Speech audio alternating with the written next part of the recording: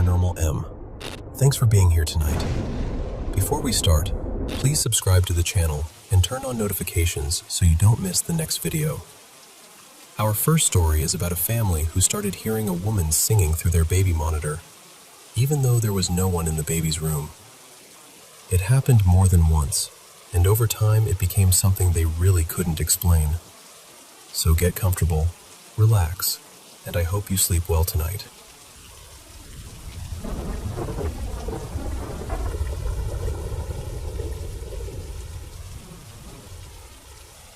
I was around 7 years old when this happened, and honestly, it's one of those memories that still feels strange every time I think about it. Back then, my family had one of those old baby monitors that stayed on constantly. It didn't just switch on when the baby made noise, it picked up everything, all the time. The transmitter was in my baby brother's room, and the receiver usually stayed either in my parents' bedroom at night or in the living room during the day so they could hear him if he woke up. One evening, I was sitting in the living room with my parents. We were watching TV with the volume turned down pretty low, and the baby monitor was sitting on the side table beside the couch. Then, out of nowhere, we heard singing. It was a woman's voice, soft but very clear, singing what sounded like an old lullaby. At first, my dad thought it was coming from the TV, so he muted it. But the singing kept going. That's when we all realized it was coming through the baby monitor. And it wasn't just fuzzy noise or some weird crackling interference. It was actual singing. Clear enough that you could tell it was a woman, clear enough to hear the melody. The strangest part was that there was nothing in my brother's room that could have made that sound. No TV, no radio, no music box. Nothing like that. He was just a tiny baby sleeping in his crib. I remember sitting there with this cold, uneasy feeling because it really sounded like someone was in the room with him. My parents got up to check on him, and I stayed in the living room, staring at the monitor. The singing kept coming through, faint but steady. But as they walked down the hallway toward his room, it started getting softer. By the time they reached the door, it had almost faded away. And when they opened the door, it stopped completely. They couldn't hear anything in the room itself. My brother was sound asleep. Everything looked normal. If it had only happened that one time, I think we probably would have explained it away as interference or some strange issue with the monitor. But it didn't happen just once. It kept happening for months. Every so often, completely at random, we would hear that same kind of woman's voice singing lullabies through the monitor. And every time someone went to check the room, the same thing happened. The singing would fade as they got closer, and once they entered, there was nothing there. One afternoon, my mom was outside trimming plants near the windows, and she heard it too. She could hear the lullaby from outside the house, coming through the baby monitor sound near the window. Our house was only one story, and the windows were low enough that she could clearly see there was nobody in the room.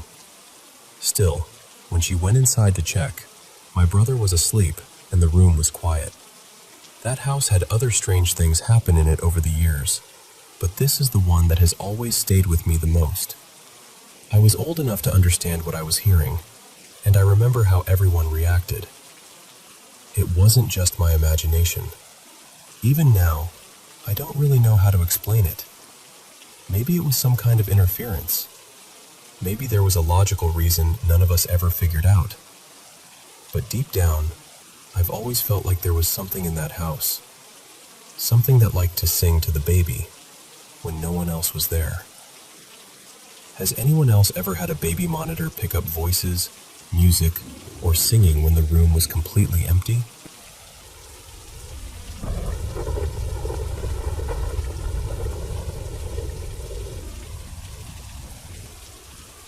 So this happened when I was about 12, and honestly, it's still the most terrifying thing I've ever experienced.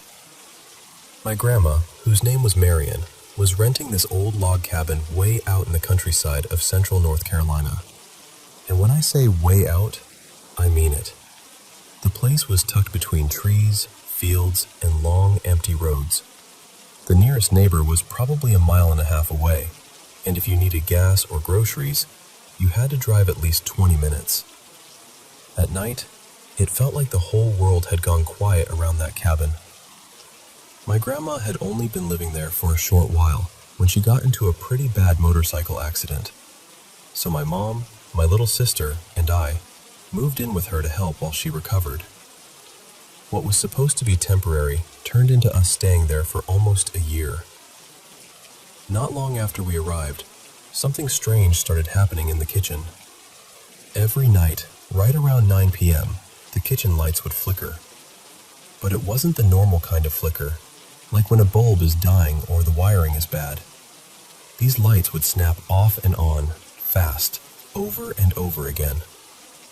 At first, my grandma thought my sister or I were playing around with the light switches, but then it happened when none of us were anywhere near the kitchen. We would all be sitting in the living room and see the flashing coming from down the hall. Other nights, we'd already be in bed, and I'd see the light blinking under my closed bedroom door. After a while, we convinced ourselves it had to be electrical. My grandma told the landlord, and he sent someone out to check it. The electrician looked over everything and said the wiring was fine. Nothing loose, nothing faulty, nothing that should have caused it. But the lights kept doing it, every single night. Always at 9. Eventually, it became one of those things we tried not to think too hard about. Just another weird thing the cabin did, like the house had its own little nighttime ritual. Then one summer evening, everything changed. My grandma, my mom, and I were in the kitchen having dinner. We were talking and laughing, and for once the cabin didn't feel heavy or strange. It actually felt warm in there. Then 9 hit. The lights started again, but this time they weren't flickering fast like usual. They were turning off and on, slowly, deliberately.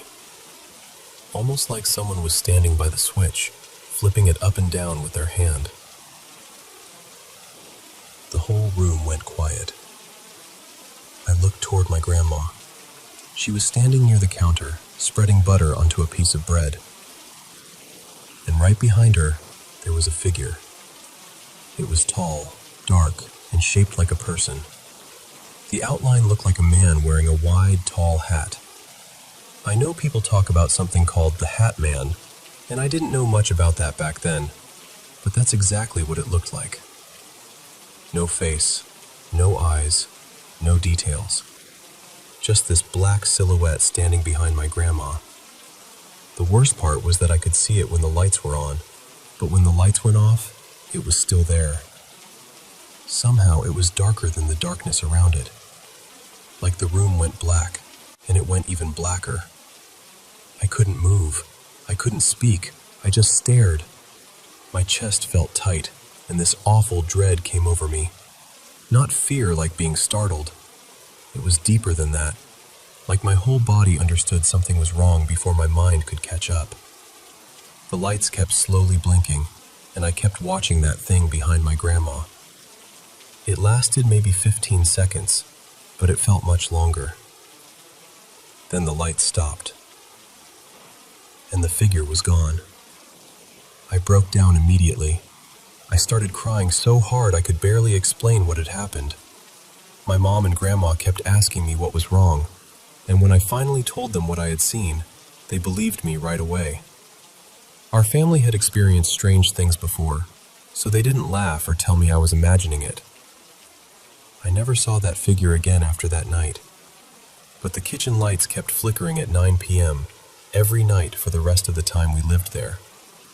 Even after we moved out and my grandma stayed there alone, she said it still happened. There were other strange things in that cabin too. Cabinets would slam in the middle of the night. Furniture would be moved when everyone was asleep. Sometimes we heard scratching or tapping inside the walls. But nothing ever came close to that night in the kitchen.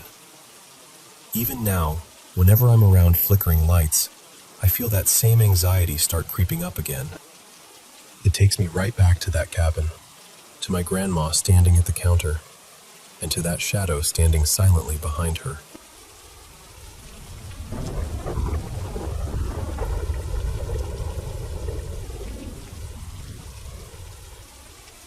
Okay, so this happened a few summers back, and I still think about it every now and then. I've told friends and family about it before, but I wanted to share it because I honestly wonder if anyone else has ever seen something like this. So, maybe 3 or 4 years ago, near the end of summer, my friend Caleb and I drove way up into northern Michigan to do some night fishing on this remote little river. We were really into this kind of fly fishing at the time, where you use these big floating flies that are meant to look like mice. The idea is that big brown trout come out after dark and hit them on the surface. We had actually chosen that night on purpose because there was basically no moon, just a deep, black, quiet kind of night. Supposedly, the darker it is, the bolder the trout get. That's why we were out there after midnight, standing in the middle of nowhere, in a stretch of national forest land, slowly wading downriver. It was a place we'd fished before, but it wasn't exactly a popular spot. Smaller river, no nearby towns, no lights, no houses, nothing. Just trees, water, and that heavy nighttime silence. We were moving carefully, casting as we went, trying not to step into deep holes or trip over submerged branches. Caleb was a little ahead of me, maybe 20 or 30 feet, when he suddenly stopped and said, "Hey, what is that?" And the way he said it immediately got my attention. He didn't sound curious.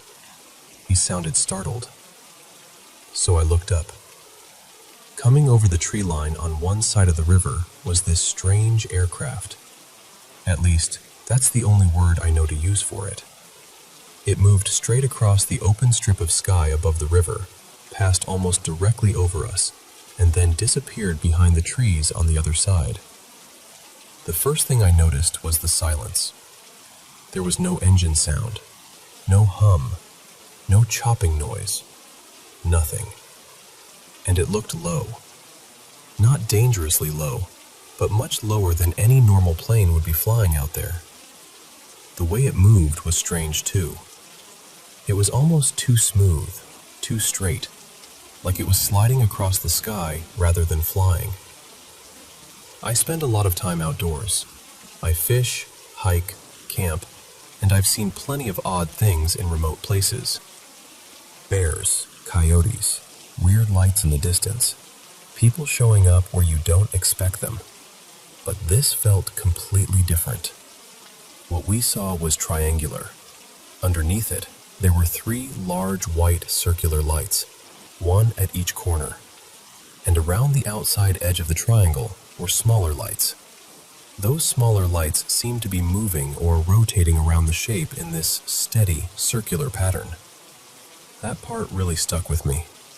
I couldn't think of any reason an aircraft would have lights like that, arranged that way, moving like that. It almost felt too close to what people imagine when they picture a classic UFO, which honestly made it even stranger. And just to be clear, neither of us had been drinking or anything like that. We were completely sober. We were there to fish, and until that moment, all our attention had been on the river. After it passed, we just stood there for a bit, trying to make sense of it. Then we talked about it for a while as we kept fishing, going over what we'd both seen. It was one of those moments where your brain keeps searching for a normal explanation, but nothing really fits. Eventually, life moved on, and we sort of stopped bringing it up all the time. But every so often, one of us will mention that night again. Not in a dramatic way. More like, "Remember that thing over the river?" And we both remember it exactly the same way. Silent, triangular, low over the trees, and completely out of place.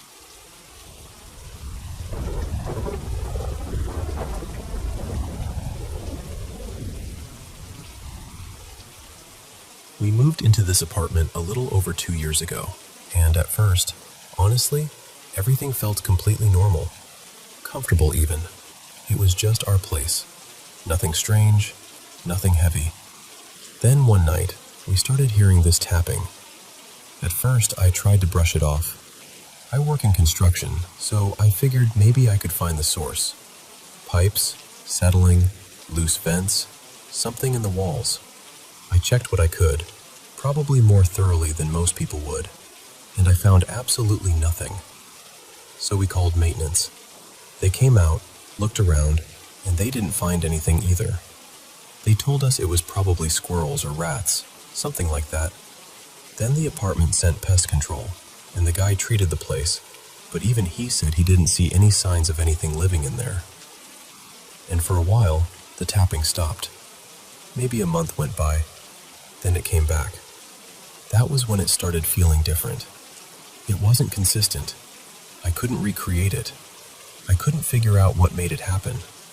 Sometimes it sounded like little taps. Other times, I swear it sounded like someone smacking the floor with an open hand. Then one night, my wife, Lena, and I were lying in bed trying to fall asleep when we heard this loud slam from the living room. We both froze. I got up and checked, and there was a box of pens lying on the floor. The weird part was, that box wasn't supposed to be out. It was kept inside a drawer. We barely even touched it. It was just extra pens for work. So we're standing there, confused, trying to make sense of it. Lena is half convinced I left it out somehow, and I'm telling her I didn't. And right in the middle of that conversation, we heard a loud tap on our bedroom window. We rushed over. Nothing was there. After that, I started noticing a pattern. Something would happen, tapping or slamming or some little object being moved, and then everything would go quiet for 2 or 3 days. Then it would start again. For a while, it almost stopped completely. I thought maybe we were finally done with it. Then Lena left for a work trip, and I was alone in the apartment for a week. That was when things got bad. It felt like whatever this was had been waiting for me to be by myself. Doors would open and close. The tapping came back at random times. Small things started disappearing. Watches, keys, rings. The bathroom light would turn off by itself. The worst one was a ring I lost. It had been a gift from my late mother, and when that vanished, I took it personally. I know that sounds strange, but it felt targeted, like it knew exactly what would hurt.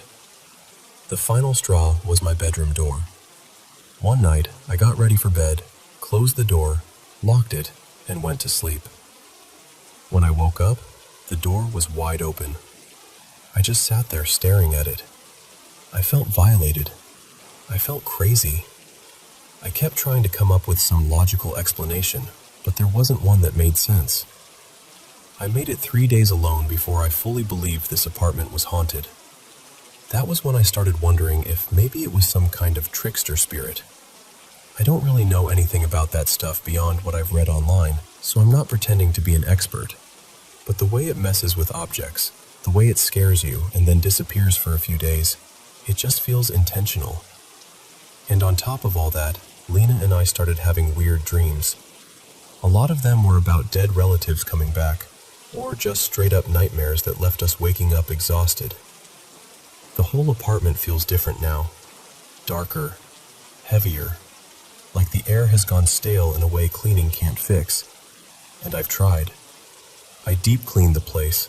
We changed furniture around. I tried staying positive, keeping my head clear, not feeding into the fear. Nothing helped. Our lease ends soon, and we're moving when it does. But I'm scared it might be attached to me somehow, especially because of how intense everything got when Lena was gone. Our friends keep telling us to cleanse the apartment, but honestly, some of them won't even come over anymore after hearing what's been happening. Lately, we've been trying not to acknowledge it at all. If we hear tapping, we ignore it. If something disappears, we don't talk about it in the apartment. If there's a slam at night, we just stay quiet. We heard that speaking to it can make things worse. So for now, we're pretending we don't hear it. Even when we do.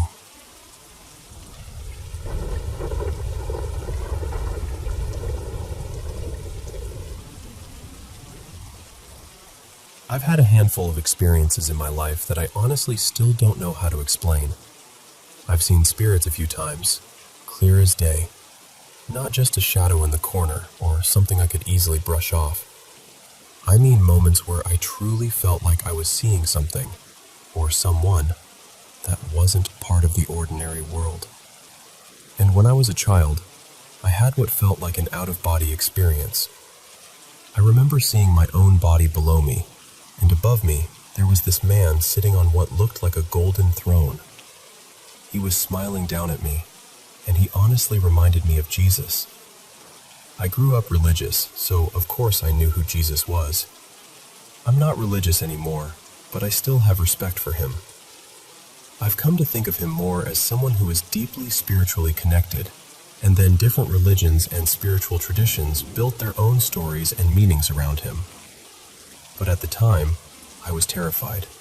I didn't feel peaceful or ready. I panicked and begged to be put back into my body, so I never actually went toward him or met him properly. I know some people might say it was just a dream, and honestly, sometimes I wonder that too. But it didn't feel like a dream. I remember feeling awake, alert, present. It had this sharpness to it that dreams usually don't have. Anyone who has had something similar will probably understand what I mean. From a young age, I had rare moments where I felt like I saw a loved one in spirit. So, in a way, I think I was always a little sensitive to those things. And then there's manifesting. There have been times where I thought about something I really wanted, and somehow it would start showing up in my life. Sometimes online, even if I hadn't searched for it or talked about it near my phone. Other times, it would appear in person. One of the clearest examples was a book I really wanted. I used to think about this book all the time. I would daydream about owning it, and I just had this feeling that one day I would have it. I planned to buy it eventually, but the problem was that I really couldn't afford it at the time. I was struggling financially, and I had no idea when I'd actually be able to get it. So I felt a bit disappointed, but I kept it in my mind. I thought, someday I'll have that book. Then one afternoon, I went into a charity shop. Some people call them thrift stores or antique shops, depending on where you are. I always recommend looking in those places, by the way, because you never know what you'll find. And there it was. The exact book I had been wanting. It was sitting there for something like £1.50. I just stood there staring at it for a second because it felt so strangely perfect. It was in beautiful condition too, almost shiny and new. Of course, the funny part is that I'm a huge procrastinator, so I've had it for nearly a year now and still haven't properly read much of it. But still, finding it like that felt magical. With witchcraft, I never got fully deep into it, but I have tried little spells here and there. Sometimes they really did seem to work, especially when I felt passionate about what I was doing. When I could really embody the energy of already having what I wanted, or of it coming toward me quickly, that's when things seemed to shift. I question things a lot. I can't always make myself believe in everything completely, but I do believe in energy, at least most of the time. I think there's something real about the way we connect to things, call things in, and move through the world with intention. Sometimes I doubt myself, of course. I can be cynical, and I'll start questioning whether energy, chakras, or any of it is real. But overall, I do believe there could be truth in it. I'd really love to hear other people's stories. What got you into spirituality or witchcraft? What made you fully believe, or at least realize that spell work might actually work? Or even just any spiritual experience that changed the way you see things? For me, I think I naturally became spiritual in my early teens, around 14. That was when I started letting go of the religion I was raised with. I still respect it, but I wanted to form my own beliefs from my own experiences, from what I learned, and from what actually felt true to me. I want to feel magical again. That feeling is so lovely, when you remember that maybe there really is more to life than what we can see. But the world can get heavy, and sometimes I forget. Sometimes I lose belief, or hope, or that sense of wonder. I want to feel more connected again. I want to feel like I can manifest, work with energy, and trust those little signs from life. That's why I love hearing other people's experiences. Sometimes I even search things like, "What made you believe in witchcraft?" just so I can read real stories from people who have felt it too.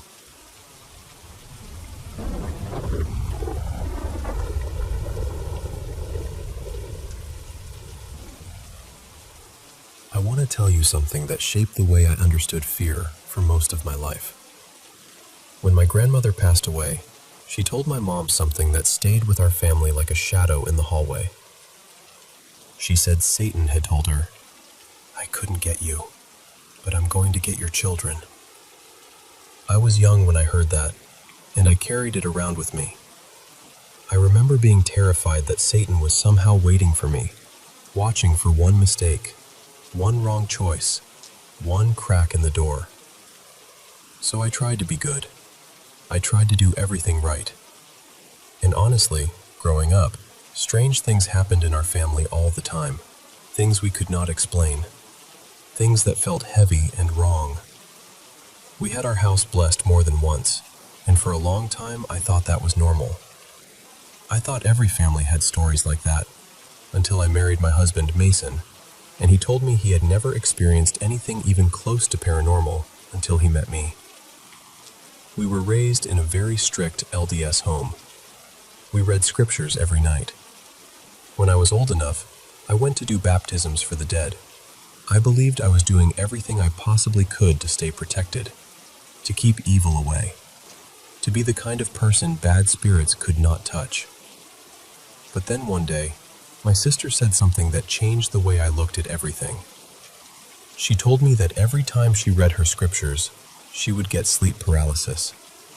She said she saw terrifying things, and sometimes it felt like a man was pushing down on her chest. But when she did not read her scriptures, it did not happen. I did not know what to say to her, because honestly, I understood. I would not want to read them either. When we told my mom, she said, "The closer you are to God, the harder Satan attacks you." And I know she meant it as an explanation, maybe even comfort, but to me, it was horrifying. It made me feel like doing the right thing did not make me safer. It made me feel like it made me a bigger target. There were so many experiences after that. Seeing things, hearing things, rooms being torn apart, feelings in the house that made the air seem too thick to breathe. But the most haunted experience I ever had happened at my grandparents' house. They were extremely devout, the kind of people I thought evil could never get near. I was sleeping upstairs when I woke up to the sound of someone running around my room. Not walking, running. It was the middle of the night, and it went on for what felt like forever. I lay there frozen, trying to convince myself I was imagining it. But I knew what I was hearing. When I finally got enough courage, I bolted out of the room and ran to my parents. I grabbed my mom's phone because I wanted to play hymns, anything that might make it stop. But what disturbed me most was that it happened there, in my grandparents' house. I had always believed their faith made that place untouchable. So instead of thinking maybe the belief system itself was making me afraid, I thought, it must be me. I must be the unclean thing in the house. I must have brought this with me. That thought stayed with me for years. Another time, my dad and I went to stay at my grandparents' condo. We arrived late at night, and the back door was wide open, which made no sense because nobody had been there for weeks. We checked the rooms, trying to stay calm. When we got to the bathroom, my dad and I looked into the mirror at the same time. In the reflection, half of his face looked like it had dropped. It looked melted, distorted, completely wrong. I ran to my room and locked the door. He came after me and said, "It's okay. I saw it too. We just need to bless the house." And that was our normal. Something terrifying would happen, and the answer was always a blessing, a prayer, a hymn, more righteousness, more obedience. When I married Mason in the temple, he started having experiences too.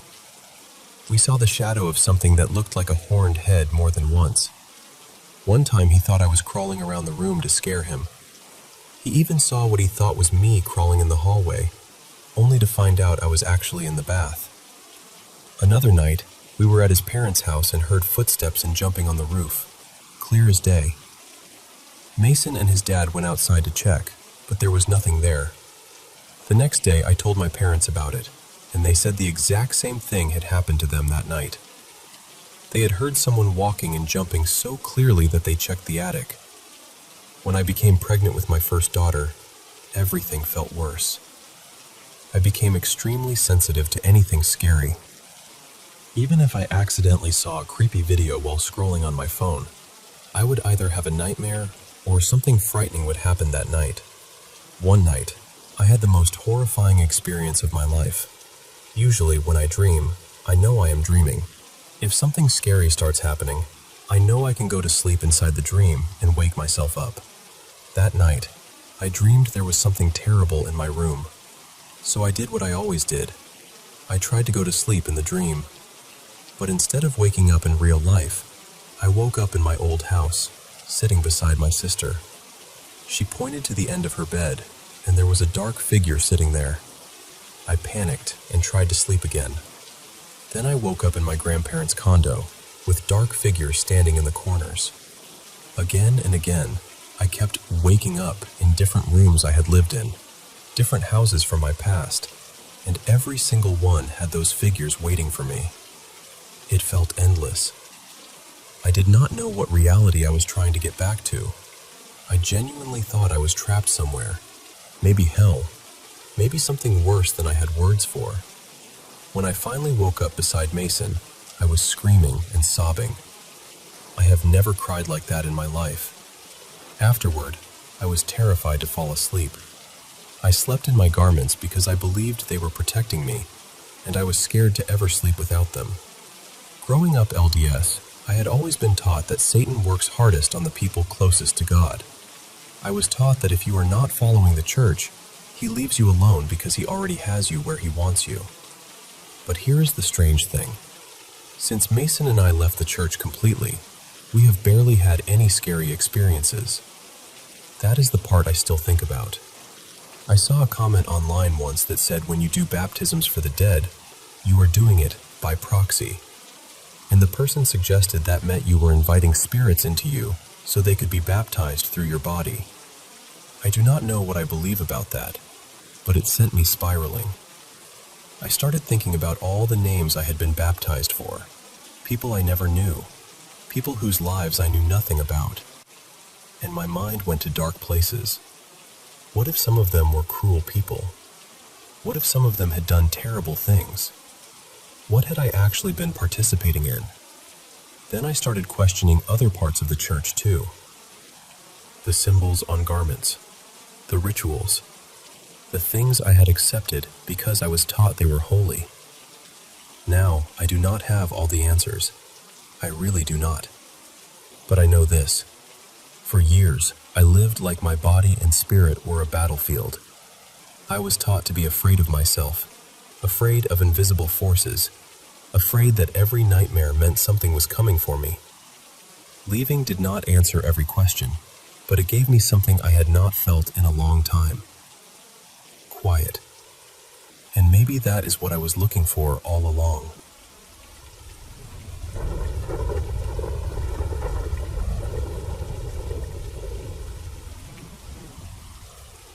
This happened a couple of years ago, back when I was staying in a girls' hostel while doing my higher secondary studies. There were a lot of strange things that happened in that hostel, not just to me, but to other girls too. Still, this is the one experience that stayed with me the most. At the time, I was in 11th grade. One evening, my friends and I were sitting inside the dormitory. Our seniors had exams, so the warden had told all of us juniors to stay there and keep quiet so we wouldn't disturb them. At first, we were just laughing, chatting, and making silly jokes, but somehow, the conversation slowly turned toward ghosts, spirits, and paranormal experiences. One of my friends, Mira, really believed in those things.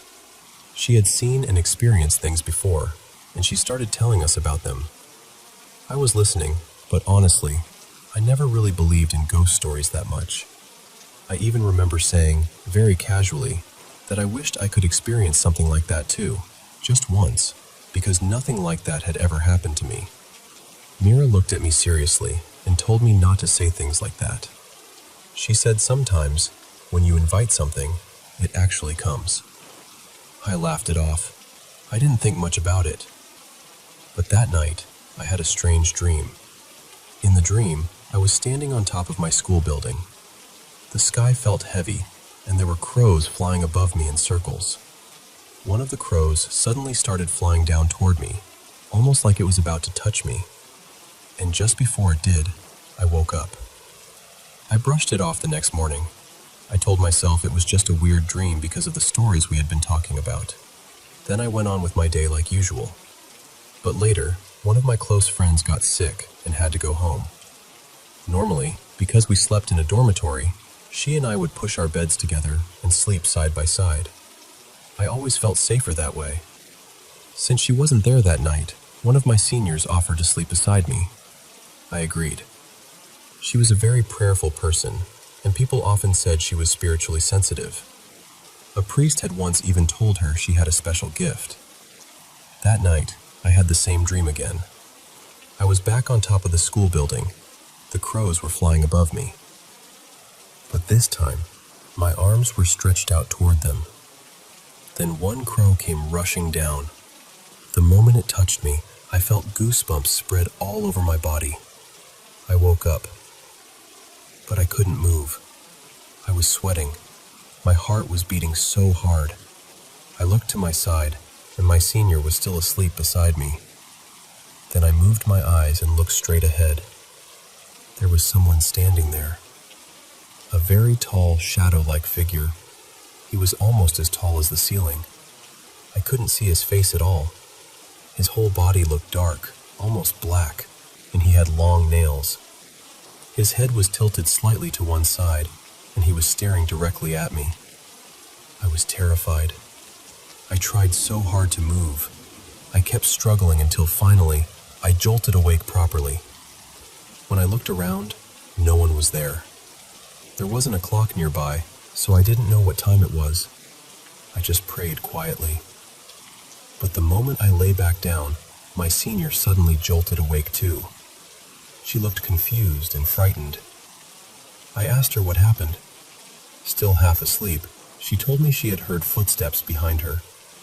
Our dormitory had 2 sections, separated by a short wall, and she said the footsteps were coming from that side.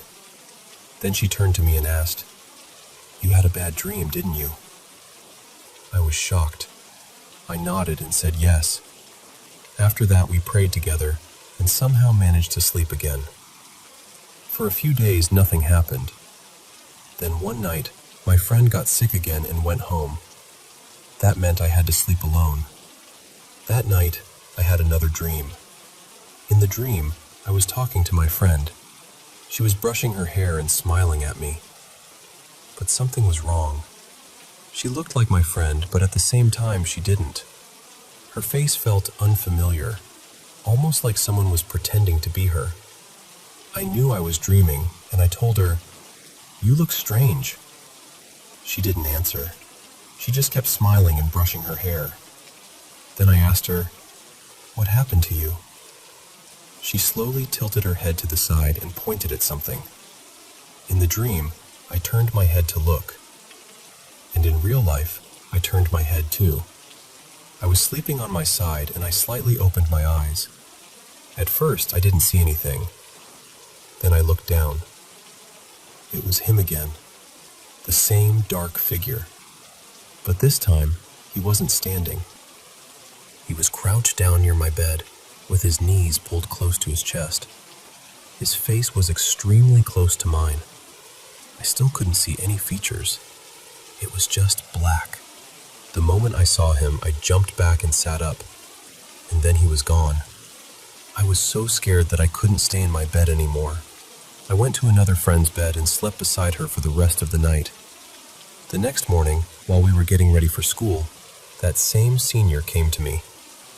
She told me she had a bad dream the previous night and felt like she needed to call me, but she didn't want to disturb me. I didn't tell her what had happened to me.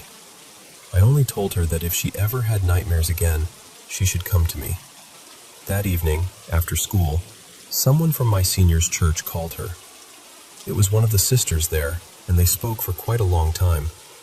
Later that night, my senior came to me and told me what the sister had said. The sister had asked her if she was close to a girl from a specific tribe. I live in a tribal state in India, and in that hostel, I was the only girl from that tribe. Then the sister asked if we had ever slept in the same bed. When my senior said yes, the sister told her that the girl, meaning me, was being followed by a wandering spirit. She said it had followed me while I was traveling from far away. My hostel was about 2 hours away from my hometown. The sister also said that when my senior touched me after waking up that night, the spirit had started following her too. She told my senior to be stronger in prayer and to pray for me as well. That conversation frightened me more than anything else because nothing like that had ever happened to me before. But after that day, I never saw that shadow figure again. I eventually left the hostel in my second year, not because of this experience, but because the environment there just wasn't good for me. Even now, I still sometimes dream of crows flying above me, but they never come down anymore.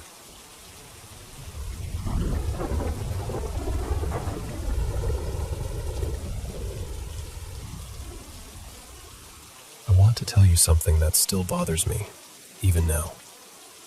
A little over a year ago, 2 of my friends and I moved into this newly built apartment complex. The place had barely opened. I mean, it was so new that half the units were still empty, and some floors looked like nobody had ever stepped foot on them. At night, the building had this hollow feeling. Every sound traveled too far. The hallway lights would buzz and blink, and when you walked past certain doors, it felt like the whole floor was listening. One evening, my friends Caleb, Jonah, and I were standing in the lobby, just talking before heading upstairs. Then, out of nowhere, we heard a voice above us. It came from somewhere high up, maybe the 9th floor, and it called Caleb's name, clear as day. At first, I thought Jonah had said it as a joke, but the 3 of us all froze and looked at each other at the same time. None of us had spoken. The worst part was that the voice sounded exactly like Jonah. We didn't know what else to do, so we got into the elevator and went up to the 9th floor. The doors opened, and the whole floor was dark, empty. No boxes, no furniture, no workers, nothing. Just cold air moving through the unfinished corridor. We walked the entire hallway, checking every corner like we were going to find someone hiding there. But there was no one.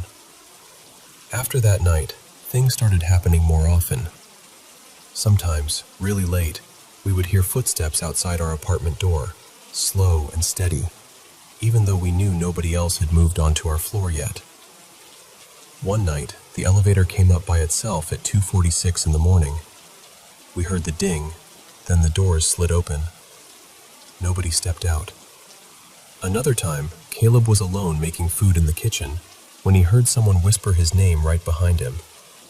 He came into the hallway furious, thinking we were trying to scare him. But Jonah and I had both been asleep. The moment I'll never forget happened a few weeks later. We were all sitting in the living room when we heard that same voice again from the stairwell. It sounded exactly like Caleb, but Caleb was sitting on the couch right beside me. None of us said anything for a while after that.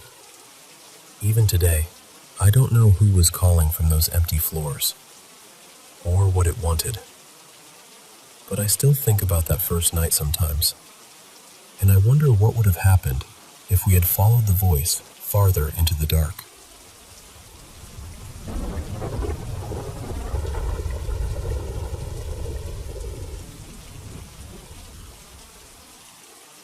You know, in Cozy Kalan, people still talk about this story softly, not loudly, not like gossip, more like something they still haven't fully made peace with.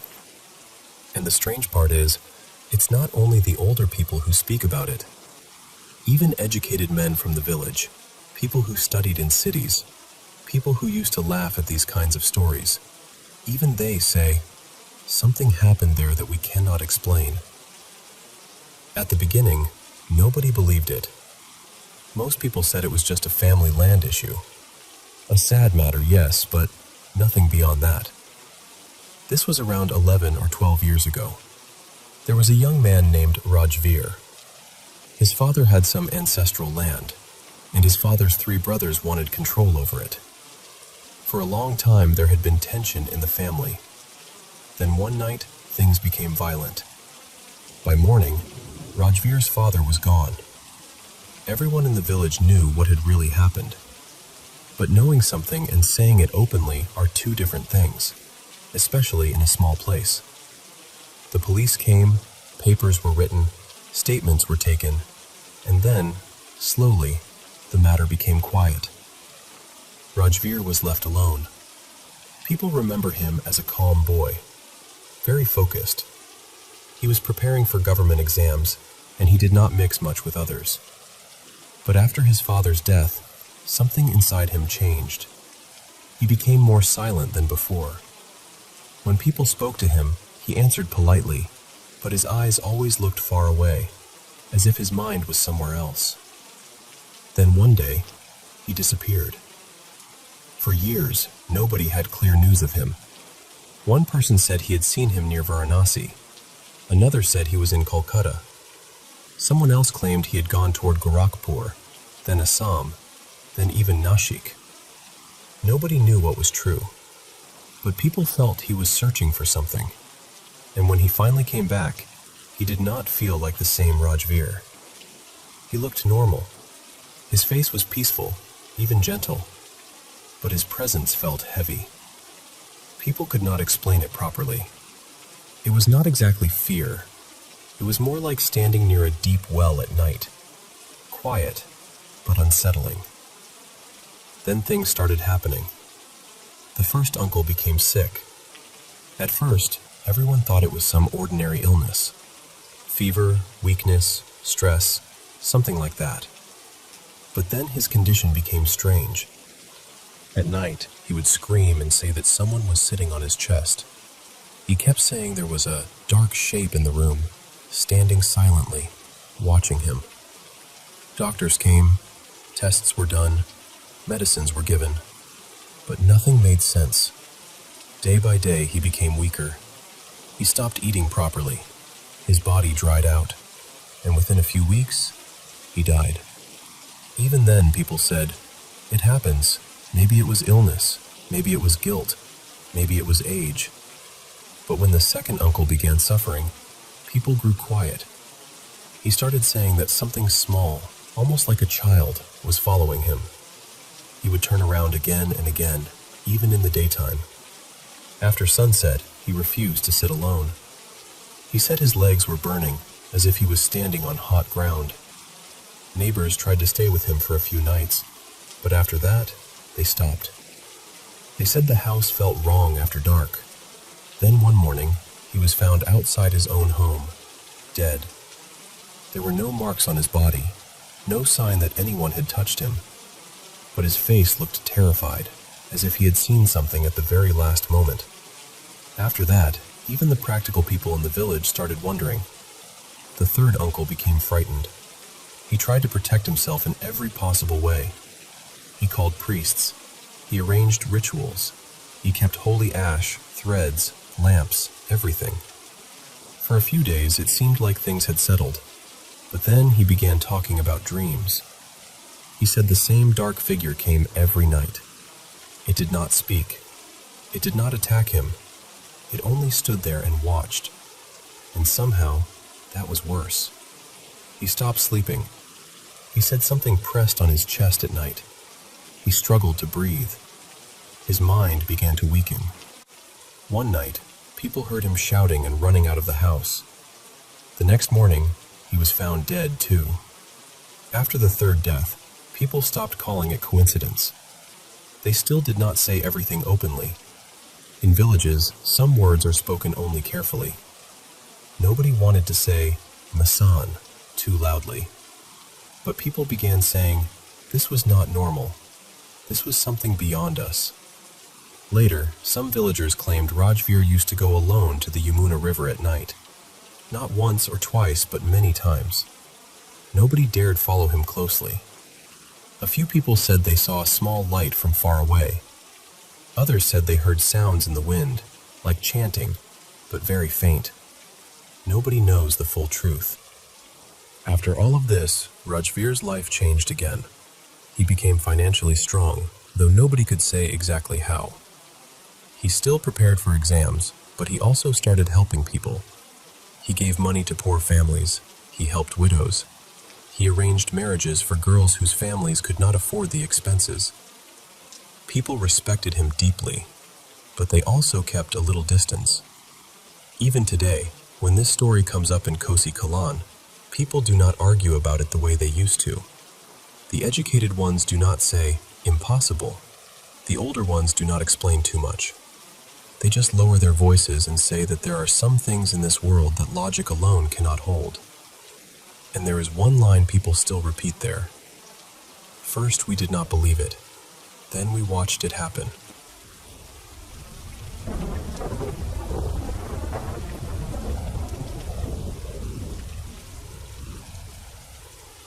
I was about 15 when this happened, and honestly, I almost never talk about it because I know how it sounds. But my cousin Marin was there with me, and she saw the same thing I did.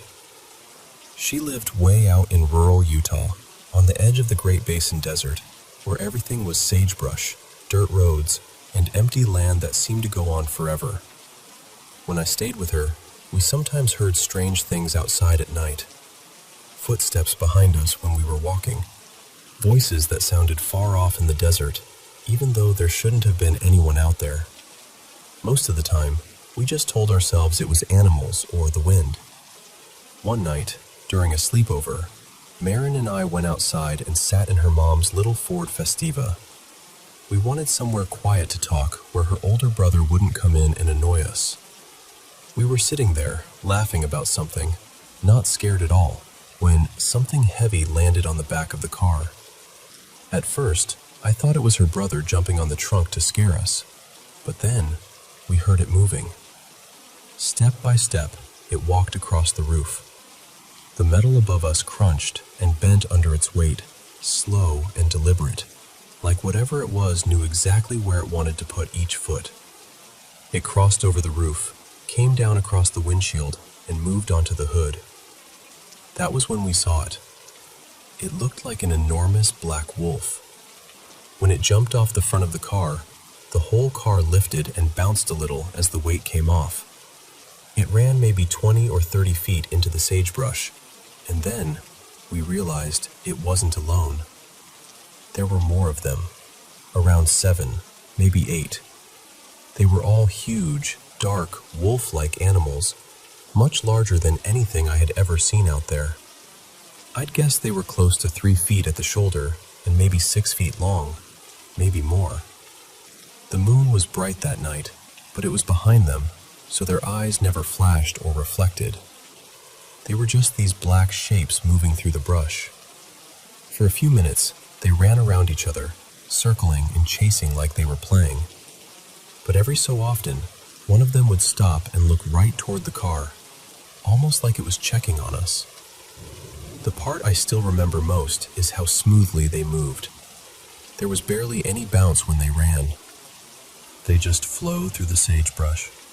Eventually, they all disappeared deeper into the desert.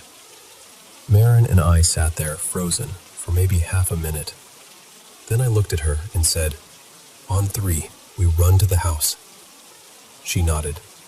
We counted, threw the doors open, and sprinted the 50 feet back inside, like the dark itself had teeth. Later that night, her mom woke up to leave for work. Like usual, we walked out with her to the car, but when she backed up, we heard this awful dragging sound. The front bumper was barely attached, hanging on by one side. Marin and I looked at each other immediately, because we both knew when it must have happened. We didn't say anything. How could we? Her mom would have thought we had lost our minds. I still don't know what those animals were. I've spent most of my life around the Great Basin Desert, and I have never seen anything like them before or since.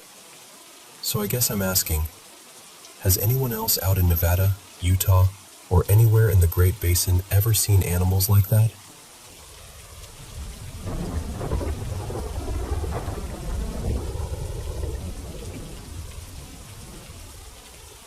Yesterday was my granddad's funeral.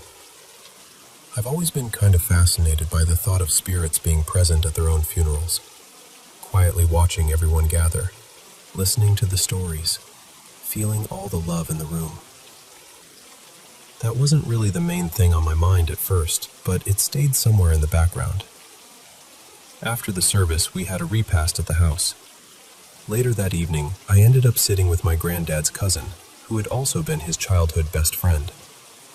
We drank whiskey together while he told me stories about my granddad, stories from when they were younger, stories I had never heard before. It felt really full circle, because whenever my granddad and his cousin got together, my granddad would always open a bottle of Johnny Walker.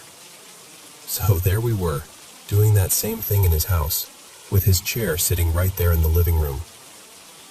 And for some reason, I could not stop staring at that chair. It was his reclining chair, the one that always felt like it belonged to him more than the room itself did. His cousin was talking, telling these beautiful old stories, and I was listening, but my eyes kept drifting back to that chair. I didn't really know why. I just kept looking at it. Eventually, I went to sleep. When I woke up, I felt confused, because the dream I had was so vivid that it didn't feel like a dream at all. In the dream, I was right back in the living room. Everything was exactly the same as it had been the night before. I was sitting beside his cousin, listening to him talk. I even remember wearing the same outfit I had worn that night. Nothing felt strange.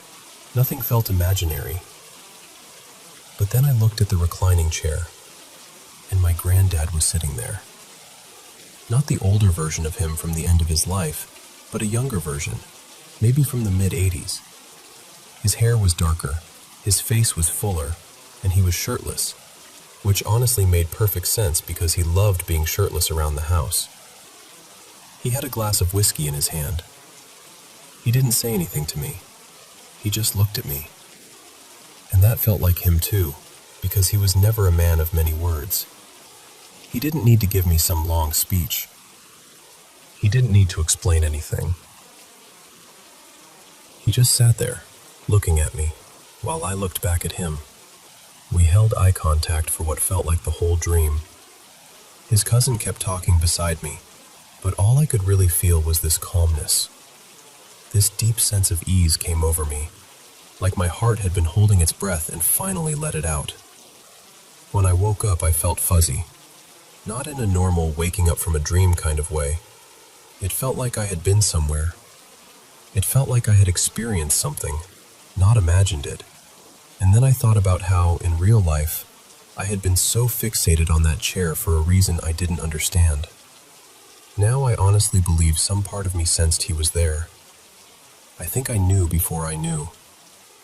Later that day, I went to see him again because he was scheduled to be cremated. At his viewing, I told him about the dream. I thanked him for finally coming to visit me, and I told him he could come back any time. It was bittersweet because before he passed, I told him that I knew he would always be with me. I told him to make himself known to me whenever he could. For context, my granddad and I had a really deep bond. I was his first granddaughter, and he was more than just my grandfather. He was a father figure to me. Losing him has left a space in my heart that I know will always be there. But at the same time, I've been trying to embrace the spiritual connection between us. That dream reminded me that love does not just disappear when someone's body is gone. Some bonds reach past the physical. I had been waiting for a visit from him since he passed. I even joked that he probably needed a little time to settle in before he started making his rounds. But to actually feel him there, to see him in that chair with his whiskey, just being himself, is something I will never forget. I love you, Granddad. Rest easy.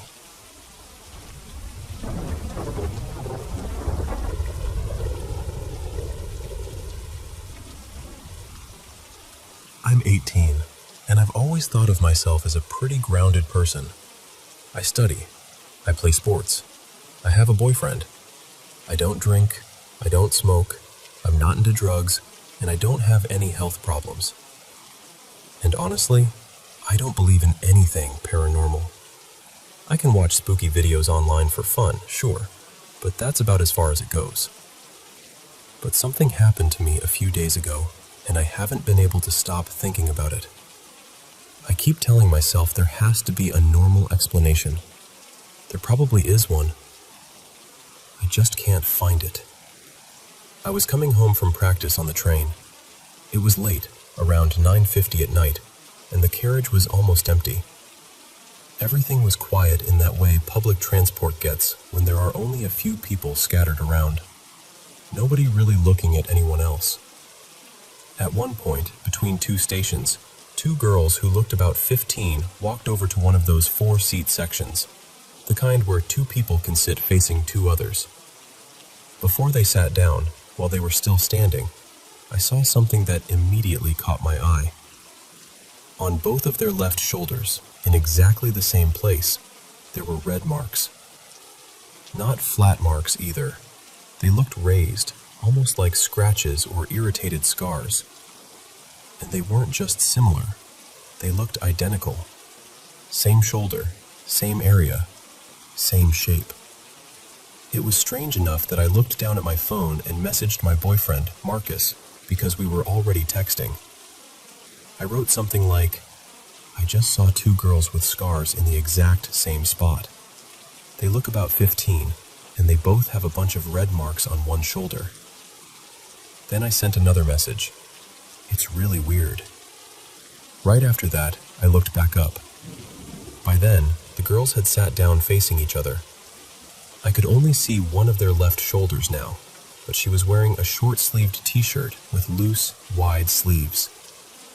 The sleeve came down too far over her shoulder. There was no way I could have seen the marks there. And the other girl was wearing a short-sleeved shirt too, so I couldn't see her shoulder either. That's what really bothered me, because I had just seen those marks clearly. I know I did. But once they sat down, I realized their clothes made it physically impossible for me to have seen that part of their shoulders in the first place. I tried to explain it away. Maybe their sleeves had both been pushed up at the exact same time when they were standing.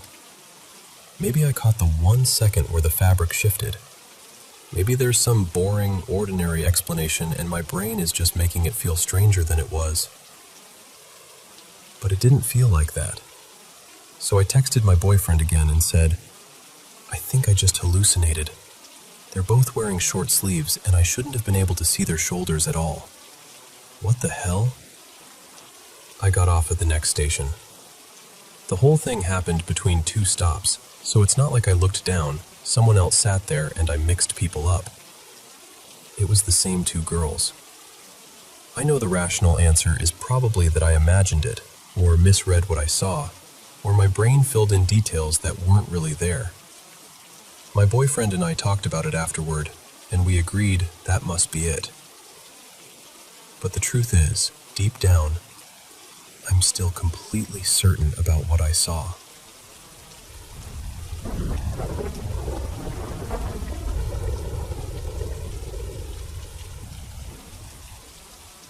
I'm honestly not even sure where to start with this, because every time I try to explain it, it feels like I'm pulling one loose thread, and the whole thing starts unraveling.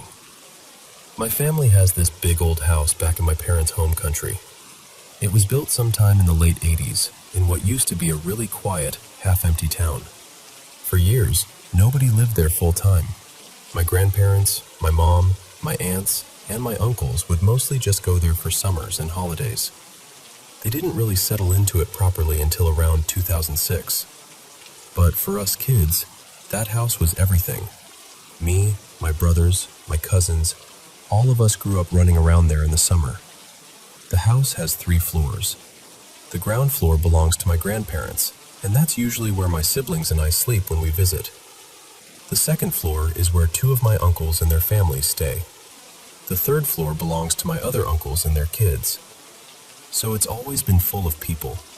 Loud dinners, cousins everywhere, adults talking over each other, kids falling asleep wherever they could. A proper family house.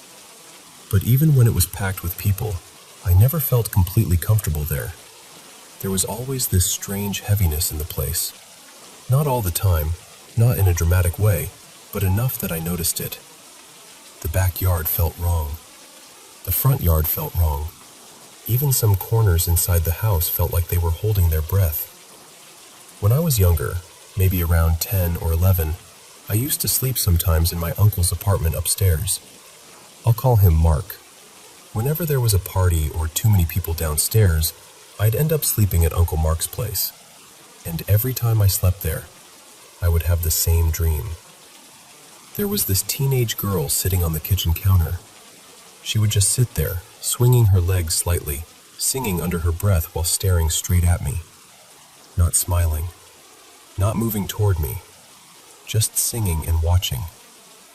I had that dream over and over again for a few years. It got to the point where I hated sleeping upstairs because I already knew what was coming. For a long time, though, nothing really happened while I was awake. I felt things, but I didn't see or hear anything serious. That changed in the summer of 2024. One night, around 2 in the morning, I was sitting alone in the living room on the ground floor. Everyone else was asleep. The living room windows faced the backyard, and outside it was completely dark. No lights, no moonlight, nothing. Then I heard footsteps. Clear footsteps. Not an animal, not leaves. Human footsteps. They were walking back and forth in the backyard, slowly, like someone was pacing. And the thing is, there is no easy way into that yard. The house is gated from the front, and the gate is so loud you can't open it without everyone hearing. The backyard faces our neighbor's house, but there's a high fence and trees between us. Nobody could just climb in quietly. I sat there frozen, listening to it. Footsteps going one way, then back again, then again. I kept telling myself there had to be an explanation, but there really wasn't one. That same summer, another strange thing happened. It was around 4 in the morning, and I was lying on the couch, still awake, reading on my phone. My grandparents suddenly came out of their bedroom looking terrified. My grandmother asked me, "Did you knock on our door?" I told her no. She asked again, and I said, "No, I've been right here the whole time." Then my grandfather said they had both heard 3 clear knocks on their bedroom door. Not a tap, not a creak. 3 knocks. Later that day, I told them about the footsteps in the backyard, and I could tell it really unsettled them. Then the summer ended, and I tried not to think about it too much. But when I came back in the summer of 2025, something felt different the moment I walked into the house. I don't know how to explain it except to say my whole body reacted before my mind did. I felt dread. Heavy, physical dread. And that scared me, because this was my childhood home. I had felt uneasy there before, but never like that. That summer, I heard the footsteps again. Same backyard, same pacing, same impossible feeling. And what made it worse was that my grandfather admitted he had started hearing them too. He told me that sometimes, late at night, he would hear someone walking outside, so he'd turn on the backyard lights and go check. Every time, there was nothing there. No person, no animal, no sign of anything, just the empty yard.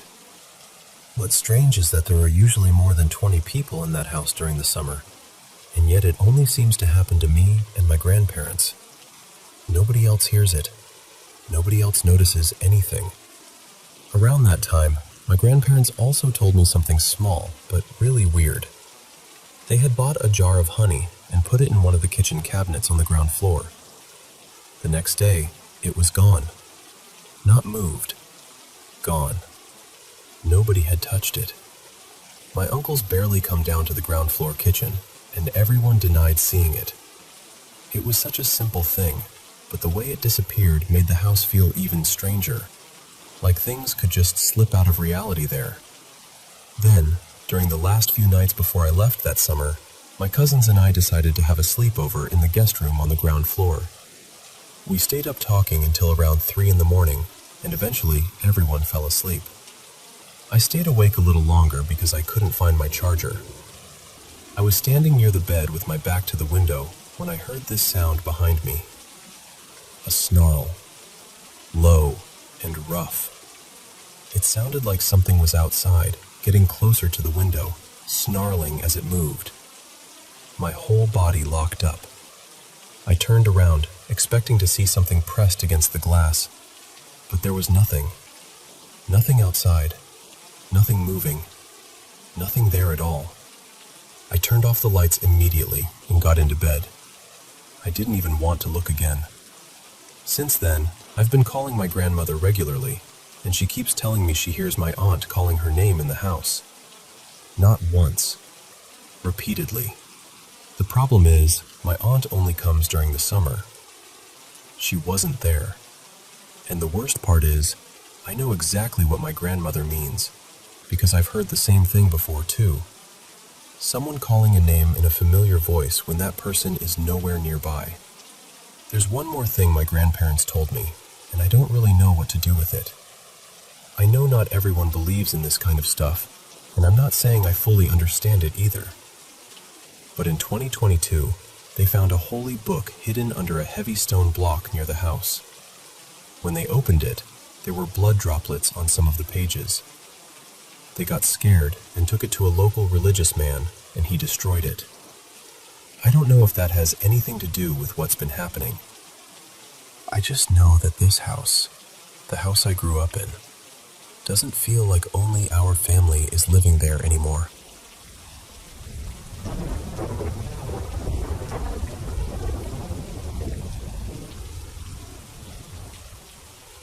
Okay, so, for a little bit of context, I'm 22, and I've always been an incredibly light sleeper.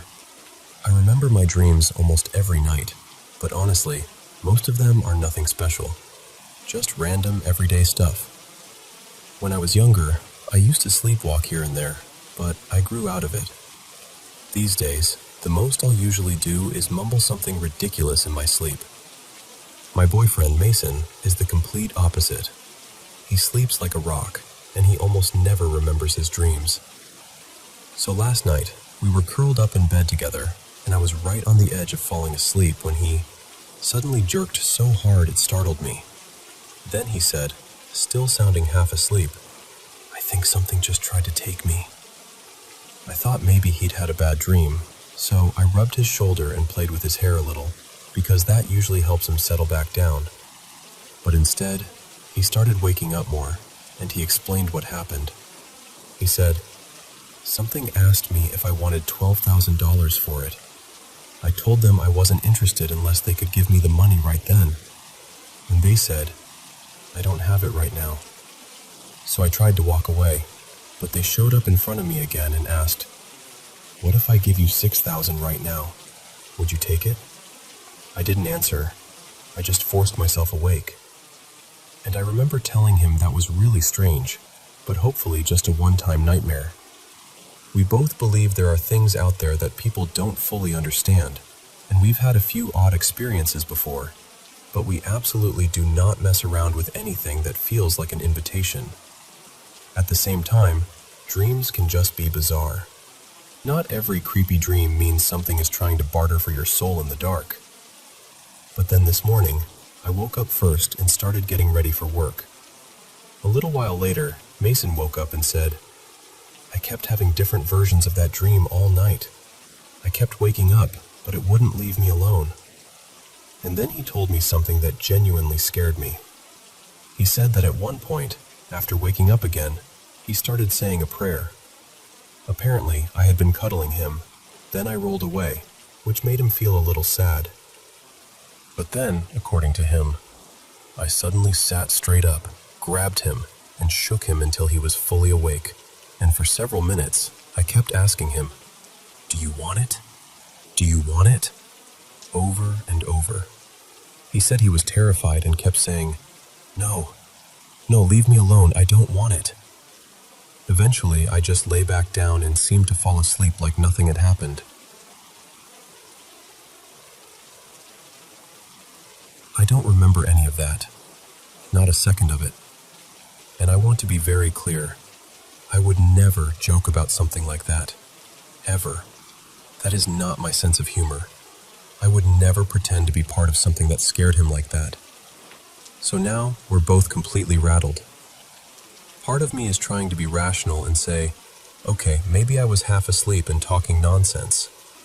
Maybe he was stuck in a nightmare loop. Maybe this is something to bring up with a doctor if it happens again. And the other part of me is wondering whether we need to talk to someone spiritual, because the whole thing felt wrong in a way I can't really explain.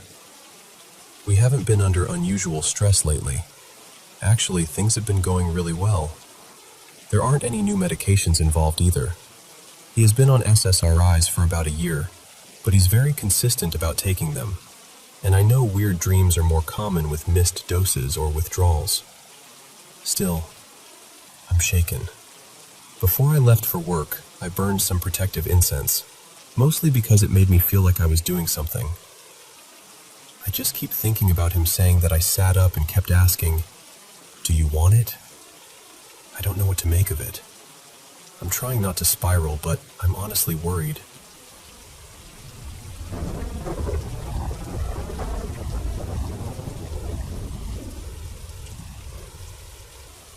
I still wonder sometimes if what happened was real, or if it was just one of those strange things a child's mind can stitch together when the sun is hot and the world feels bigger than it really is.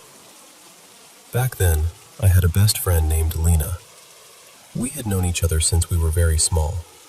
I don't remember every little thing from my childhood, but I remember her being there. She was part of the scenery of my life, almost like the old trees near our road, or the sound of people calling from house to house in the afternoon. But you know how childhood friendships can be. You grow older, things stretch out, and suddenly the person you once spent every day with becomes someone you only talk to once in a while. That happened to us eventually. But before all that, when we were still close, there was one afternoon I never really forgot. I think we were around 9 or 10. I'm not completely sure, but we were still young enough to spend entire days inventing games out of almost nothing. Our houses were not close to each other, so whenever I visited her, we made the most of it. We played jump rope, marbles, tag, hopscotch, pretend house, and of course, hide and seek. And honestly, after what happened, I understand why hide and seek shows up so much in scary stories. There is something about searching for someone in a quiet place that turns even small sounds into little needles under your skin. Near where Lena lived, there was an old, abandoned house. Well, abandoned might be too generous. Most of it was already falling apart. The walls were still standing, but the place felt hollow, like it had been emptied out and forgotten. It used to belong to a distant relative of ours, so we weren't exactly forbidden from going there. And because a few things had been left behind, old cups, plates, wooden chairs, bits of furniture, it became the perfect place for children to play. That day was during summer vacation. The air was warm, the kind that makes everything feel slow. Lena and I decided to play hide and seek inside the old house.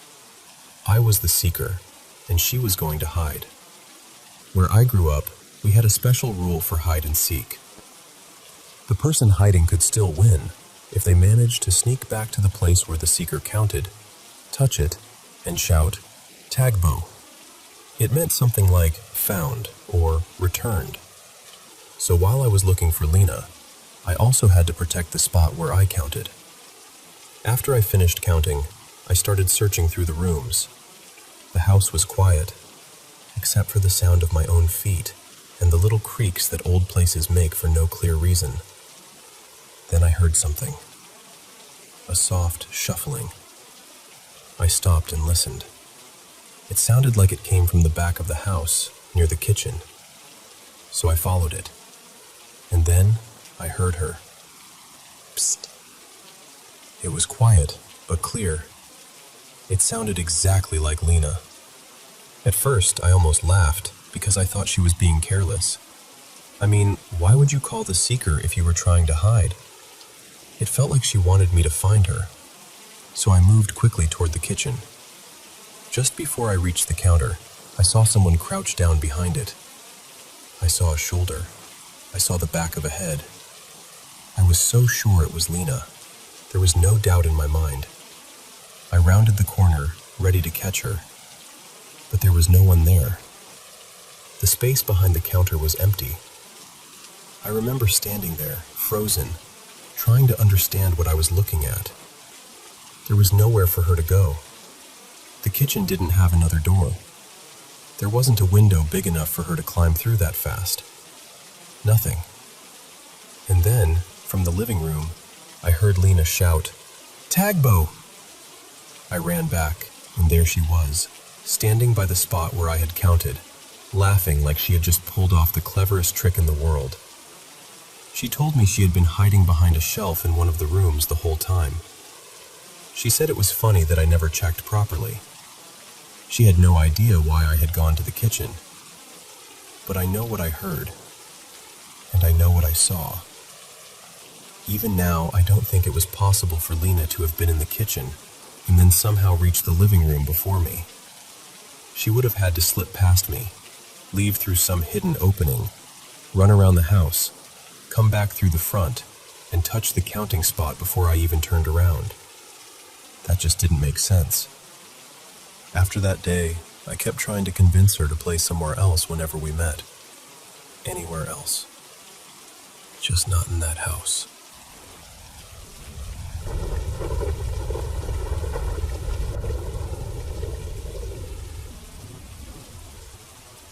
I don't know how far a person can go just to convince themselves they didn't see something. I mean, really see something. Something that, if you said it out loud, would make people look at you differently. Something that would make them lower their voice and say, maybe you were just tired, or maybe it was the shock. And honestly, I understand that, because I do it too. I've always tried to explain things away. I look for the reasonable answer first. A shadow, a reflection, stress, lack of sleep, trauma, anything that makes the world feel normal again. But this happened about 4 years ago, and no matter how many times I turn it over in my mind, I still don't know what to do with it. I was staying at my grandparents' house for the day because I wanted to watch TV. We didn't have one at home, so whenever I wanted to catch a show, I'd go there. Their house was squeezed right up against the neighbor's place, close enough that the walls almost felt shared. You could hear everything, whether you wanted to or not. Their neighbor, Rolly, was known in our area. He had a wife, but they'd been separated for a while. He had 3 children, and 2 of his brothers lived with him. I don't like speaking badly of the dead, but Rolly was a troubled man. He drank too much, gambled, and people whispered about other things too. He wasn't gentle with his life, and from what I saw, he wasn't gentle with his family either. He and one of his brothers fought a lot. Loud fights. The kind where everyone nearby pretends not to listen, even though the whole street can hear every word. That afternoon, they started arguing again. At first, it sounded like the usual shouting. Angry voices, chairs scraping, someone cursing. Then suddenly, there was this sharp yell. And then it stopped. The silence after it felt wrong. A few seconds later, someone outside screamed for help. It wasn't Rolly. It was another neighbor who had come to check what was happening. He kept shouting, "Call an ambulance! Somebody call an ambulance!" My grandparents and I rushed outside. A few people were already gathered by the doorway, but nobody wanted to step inside. I looked in. Rolly was on the living room floor. There was a terrible cut running from near his shoulder down across his body. There was so much blood, too much blood, spreading across the floor. I saw things I wish I had never seen, things a body is supposed to keep hidden. A few steps away from him stood his older brother, holding a bloody bolo. He was shaking, crying, shouting over and over, "You made me do this. You never listened. You never listened." I got sick right there. Even now, saying this, I feel it in my throat again. A few days later, during the wake, I tried not to look at Raleigh in the coffin. I've never liked looking at dead people that way. It feels too final, too strange. In our village, we had the usual prayers for 9 nights, and I think it was the 4th night when it happened. I stepped outside because I wanted to go home. The air inside felt heavy, crowded with candles, murmurs, and grief. That was when I saw him. He was standing at the entrance of the narrow alley beside their house. Raleigh. Not pale, not glowing, not like in movies. Just standing there, still, looking straight at me. I knew it was him immediately. I had known him since I was small. He used to tease me the way older people in the village tease kids, calling out little jokes whenever I passed by. But this time, he didn't smile. He just stared. I blinked, and he was gone. After that, I started seeing him sometimes in that same alley. Always standing, always watching, never speaking. For weeks, I didn't want to leave the house. I avoided my grandparents' place. I avoided that street. I told my parents, and they said it was probably the shock. Maybe trauma. Maybe my mind trying to process what I had seen. And I wanted that to be true. I really did. Then one afternoon, I saw him again. My grandmother was washing clothes at the communal tap. She was bent over a basin, scrubbing, completely unaware of anything behind her. And there he was, standing behind her. Raleigh was staring down at my grandmother. I froze. I couldn't even call out. Then, just like before, he disappeared. When I finally forced myself to walk over, I noticed the ground around my grandmother. There were footprints in the damp earth. Bare feet. Large ones. All around her. I asked her if anyone had come near while she was washing. She said no. Nobody had been there with her. I tried to tell myself the prints belonged to someone else. Maybe they had been there earlier. Maybe I just hadn't noticed. Then I looked at my grandmother's feet. She was a small woman, and the marks were much bigger than hers. I still keep trying to forget it. I keep trying to ignore it. I keep telling myself there has to be some ordinary explanation hiding somewhere in all of this. Because I don't want to see him again. I don't want to look down that alley and find him waiting there, quiet and familiar, staring like he still has something left to say.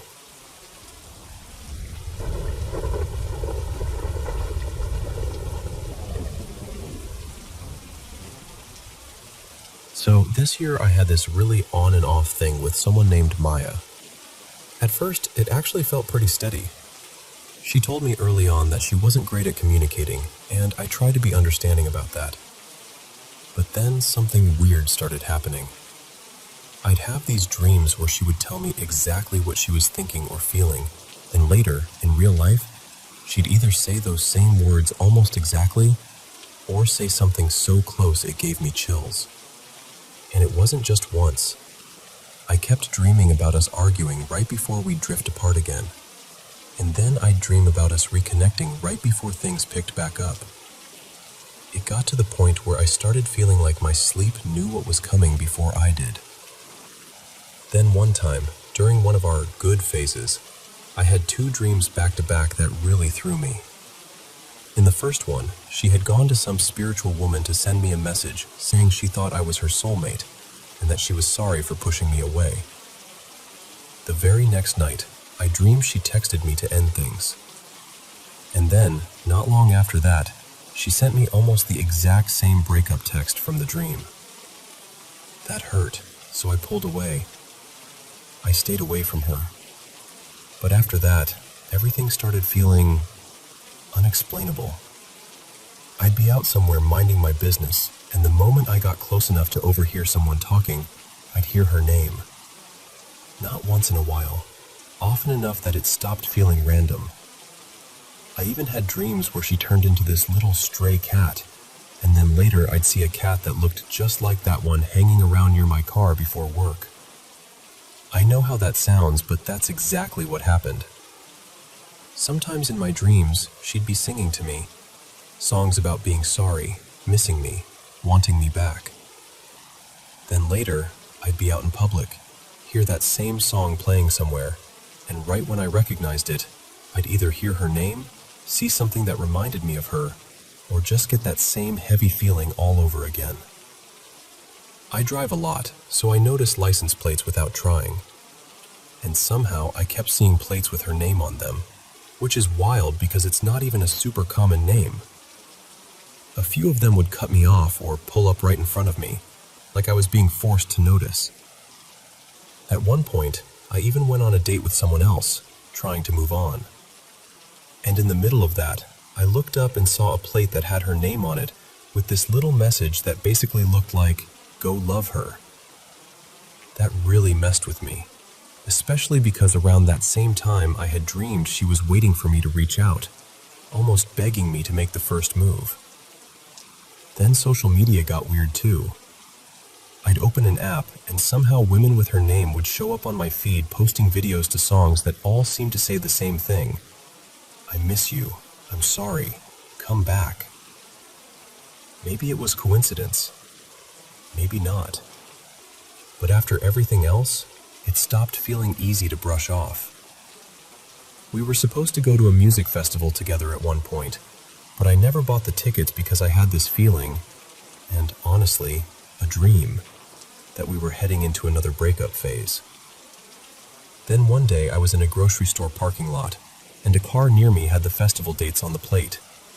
Just another thing that made me stop and stare. I know this sounds unbelievable when I say it all out loud. I really do. But I'm being completely serious. I even talked to a friend of mine whose family has experience with spiritual practices, and she said some of what I described reminded her of things she'd seen before. So now I'm stuck. Part of me feels like I'm being told it's safe to let my guard down. I even talked to someone spiritual who told me I was protected and didn't need to be afraid. But I'm still angry, because at the end of the day, she's the one who ended things. She hurt me. And now it feels like I'm getting all these signs that she still sees me as something important, maybe even the one. But she's not showing up clearly in real life. She's not saying it plainly. She's not doing the actual work. The only real thing I can point to is that she still watches my social media. Her birthday is coming up, and I've been going back and forth about whether I should reach out. Then the other day, I bought a little dessert at the store, and the expiration date had her birthday on it. The next morning, I saw another license plate with her name while I was driving home.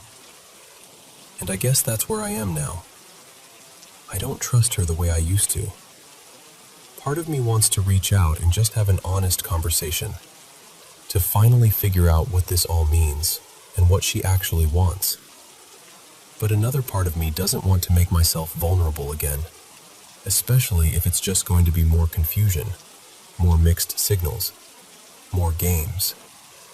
Because the truth is, the breakup wasn't on me. It was on her. And I'm not eager to walk back into something that already broke me once.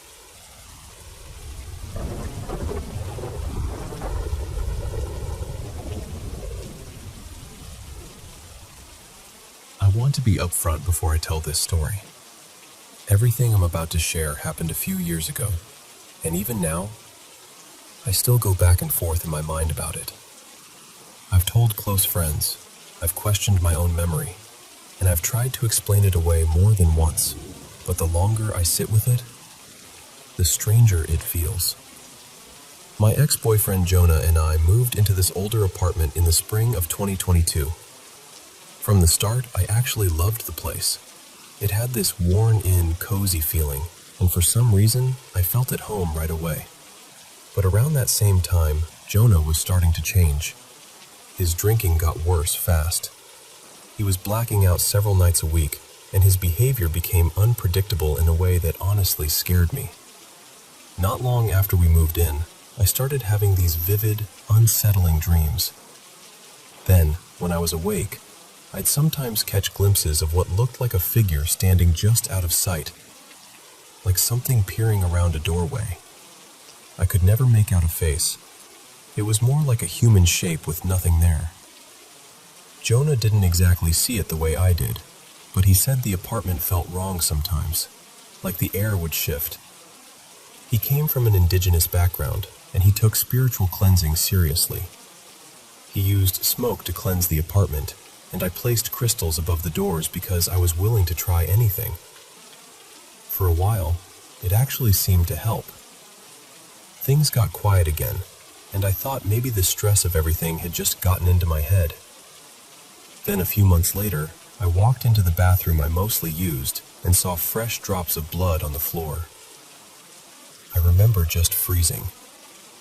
My first thought was that maybe I had a nosebleed without noticing, so I checked myself right away. Nothing. Then I panicked and checked my cat from head to tail because she was mostly white, and I figured if she was hurt, I'd see it immediately. But she was completely fine. No cut, no scratch, nothing. I asked Jonah if he'd been in there, or if he'd had a nosebleed or hurt himself somehow, and he swore he hadn't. The litter box was in that bathroom, so he usually avoided it anyway because he hated stepping on stray litter. We were both genuinely shaken by that. I cleaned it up, and the next day, while I was at work, he did another cleansing of the apartment. After that, things settled down again. For a while, at least. Then about a year later, things started happening that were harder to brush off. Jonah and I would be in the same room, looking directly at each other, and one of us would hear the other say something, clearly in their voice, except neither of us had actually spoken. I know how that sounds, but it happened more than once, and the strange part was that we'd both be watching each other closely enough to know the other person's mouth never moved. We didn't really know what to call it, but we both understood enough not to react too strongly in the moment. We'd kind of just go quiet and try not to feed into whatever was happening. What made it harder to dismiss was that other things kept happening around both of us. More of the voice mimicry, doors opening on their own, the atmosphere in the apartment feeling heavy, almost watchful. It stopped feeling like isolated incidents and started feeling like we were living inside something we didn't understand. Eventually, our relationship ended because I couldn't keep living inside the chaos of his addiction. After we split, I thought that chapter of my life was over. I believed he was getting sober. Then, a few months later, he died from a self-inflicted gunshot wound. That part is still hard for me to say out loud. And one of the things that has stayed with me, in a way I can't fully explain, is that the blood I saw afterward looked painfully similar to those drops I found on the bathroom floor that day. That memory came rushing back in a way that made my whole body cold. Since then, I've gone over everything that happened in that apartment more times than I can count. I'm not trying to avoid the reality of Jonah's struggles. He had depression. He had substance issues. Those things were real, and they mattered. But I can't shake the feeling that there was something else there too. Something in that apartment, or maybe something attached to him, or maybe something shaped by all the pain that was already building. I still wonder whether places can hold on to suffering, whether intense emotion, addiction, abuse, grief, all of that, can leave some kind of imprint. I wonder whether what we experienced has a name, or whether it was a mix of psychological unraveling and something genuinely paranormal. I don't know. I just know that when I think back on that apartment, it doesn't feel empty in my memory. it feels occupied. And even now, after all this time, I still find myself asking what exactly was living there with us.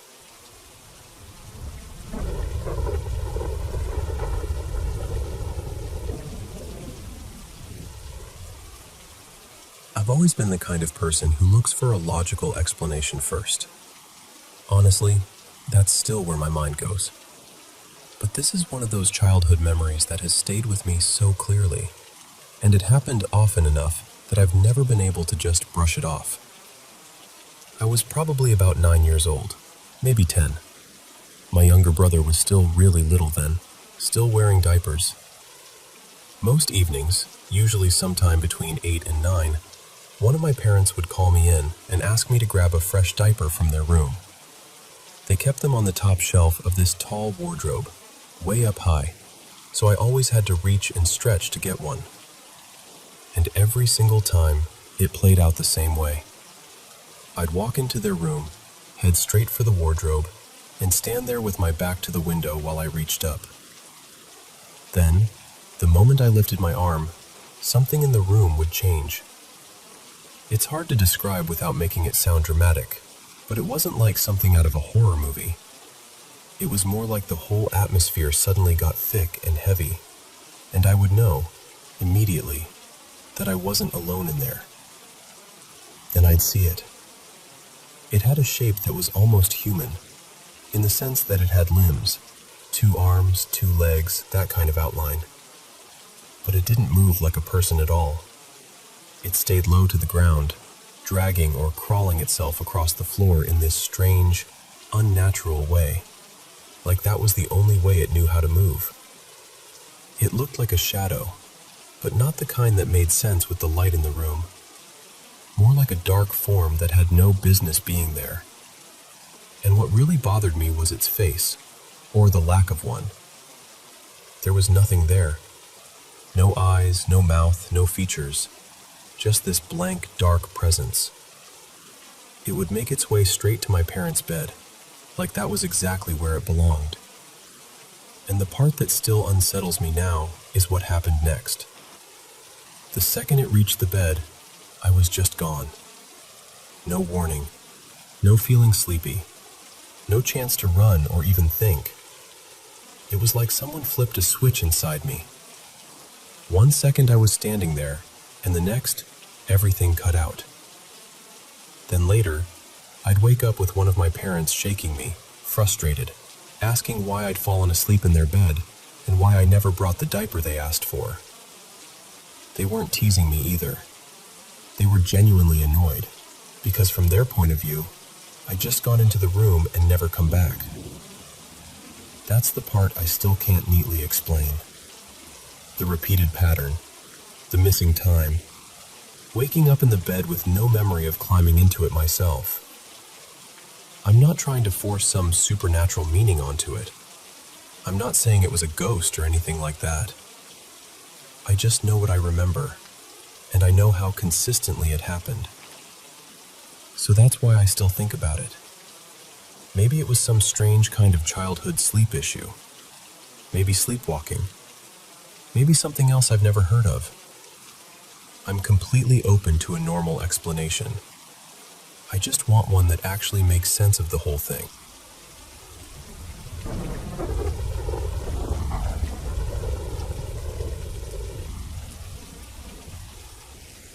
I still remember this so clearly. I was probably around 12, maybe 13, living in this neighborhood full of apartment buildings where all the kids would spill outside and play until our parents called us in. Back then, it felt like the whole neighborhood was our playground.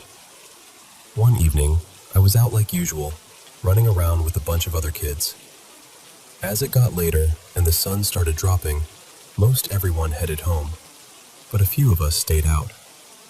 There was this tunnel near the far end of the neighborhood that opened up toward a patch of woods, and for some reason we always thought it was a fun place to hang out. That night, we were kicking a soccer ball around in there, just messing around and enjoying the last bit of daylight. As the sky got darker, one by one the others left until it was just me and this younger kid named Adrian. He was a couple years younger than I was. We ended up sitting near the end of the tunnel, the side that faced the woods, just talking and cooling off after playing. While we were sitting there, both of us heard it at the same time. A strange, whispering sound coming from the edge of the trees. I remember turning to Adrian and asking, "Did you hear that?" And he immediately said yes. It was dark over there by then, but the light from the tunnel spilled out just enough to make the area faintly visible. At first, I didn't see anything. I kept staring toward the woods, trying to figure out where the sound was coming from. Then I looked a little higher, and that's when I saw it. There was a figure under a tree branch, facing in our direction. It looked like someone wearing a hood, but the way it was positioned made no sense. It didn't look like it was standing on the ground, and it didn't seem to be holding on to anything either. It honestly looked like it was floating there. The hood covered the face completely, and inside it was just pure darkness. No features, no eyes, nothing I could make out. I could only really see the upper part of the body, and the clothing looked light enough in color to stand out against everything else around it. Adrian saw it too. The second he really noticed it, he jumped up and ran straight back through the tunnel toward the neighborhood, crying.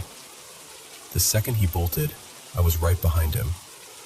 We ran until we got back to the apartment side and came across his older brother. We tried to tell him what we had seen, but he didn't believe us at all. He just took Adrian home. After that, I ran all the way back to my place. My building was farther off, and there was no way I was about to be out there alone after seeing something like that. What stuck with me the most was how wrong it felt. The branch above that figure was way too high for someone to just be standing underneath it the way this thing was. That's why, even now, I can only describe it as floating. And the whispering. We never made out any actual words, but it was loud enough to notice clearly. It wasn't just in my head, because Adrian heard it too. That's all that happened, but it stayed with me for years. Even now, when I think back on it, I can still picture that dark hood turned toward us at the edge of the woods. I've always wondered if anyone else has ever seen something like that.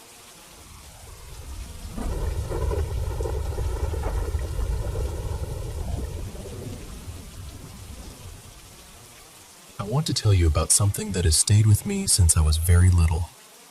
My childhood was never rooted in one place.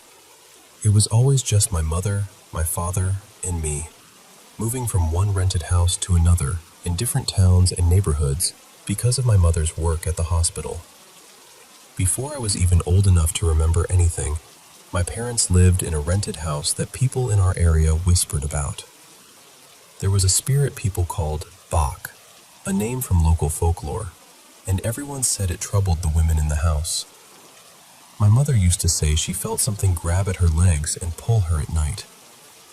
My aunts, too, when they came to stay, were so frightened by what they experienced that they eventually refused to remain there. Not long after I was born, we left that place and moved into a government quarter. That apartment is where most of my memories begin. I grew up there. The bathroom was far from the bedrooms, and the walls around it were made of bamboo panels with long cracks running through them. Even in daylight, it felt unsettling. I was a quiet child, shy and lonely, and I did not have many friends. But I had one close friend, a little girl everyone called Della. We were inseparable, always wandering around together, turning ordinary corners into adventures. I was only about 3 when the strangest thing happened. Della and I were exploring the neighborhood one day. It was a very still area, almost too still, with long stretches where you could barely hear another person. Nearby, there was an old building that always looked abandoned. I had never seen anyone go in or out of it. But that day, for some reason, the door was open. We were curious, so we stepped inside. From upstairs, we could hear what sounded like construction noises, hammering, movement, the sound of people working. Naturally, we followed the noise. We climbed to the first floor expecting to find workers, but there was no one. We checked room after room, then another floor, and still no one. Yet the sounds had seemed so real. Then I noticed one room that looked completely different from the others. Inside were pieces of broken furniture, scattered rubbish, and a damaged ceiling light that somehow still flickered. The whole room felt wrong in a way I cannot fully explain. On the floor, among the debris, I spotted a strip of red cloth tied around what we call a tabish, something meant to protect against evil. But this one was ruined, torn apart, almost as if it had been violently destroyed. I don't know why it caught my attention so strongly, but I picked it up. I didn't even tell Della. I just slipped it away and took it home with me. I hid it under my bed. After that, everything changed. That very night, I began having terrible dreams. I remember black shapes like shadows slipping into the house. In the dreams, they came close to my mother, and there was always this awful feeling that they wanted to take her from me. There were other things too, disturbing images I can no longer clearly remember, only the fear they left behind. Then came the next night. I woke up needing to use the bathroom. Normally, a child that age would wake their parents, but for some reason I decided to go alone. I got out of bed and started walking through the dark toward the bathroom. That was when I noticed the front door of our house standing open. I felt disappointed and confused, so I came back down, shut the door, locked it, and finally went to the bathroom. When I was done and started walking back, I suddenly felt this sharp coldness run through me, like ice down my spine. Then I felt a rush of air right beside my ear, though everything around me had been still. And in that instant, I thought I heard a whisper, very faint, but close. So close. I was terrified. I ran back to my room as fast as I could and curled myself into my mother's arms. To this day, I still wonder what followed me home from that building. I don't know whether the families who lived in that apartment after us ever experienced anything strange, but I know I did. And honestly, this is only one part of it. There were many more incidents after that, some of them even more chilling, some too blurred by time for me to describe properly. Even in the place we live now, there have been moments that left me shaken, and not all of them were just feelings. Some felt physical, real, and impossible to explain. But that night, that was where it truly began.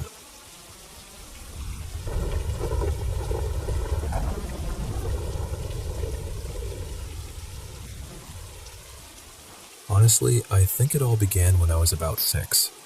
At that age, I didn't know anything about spirits or hauntings or any of that.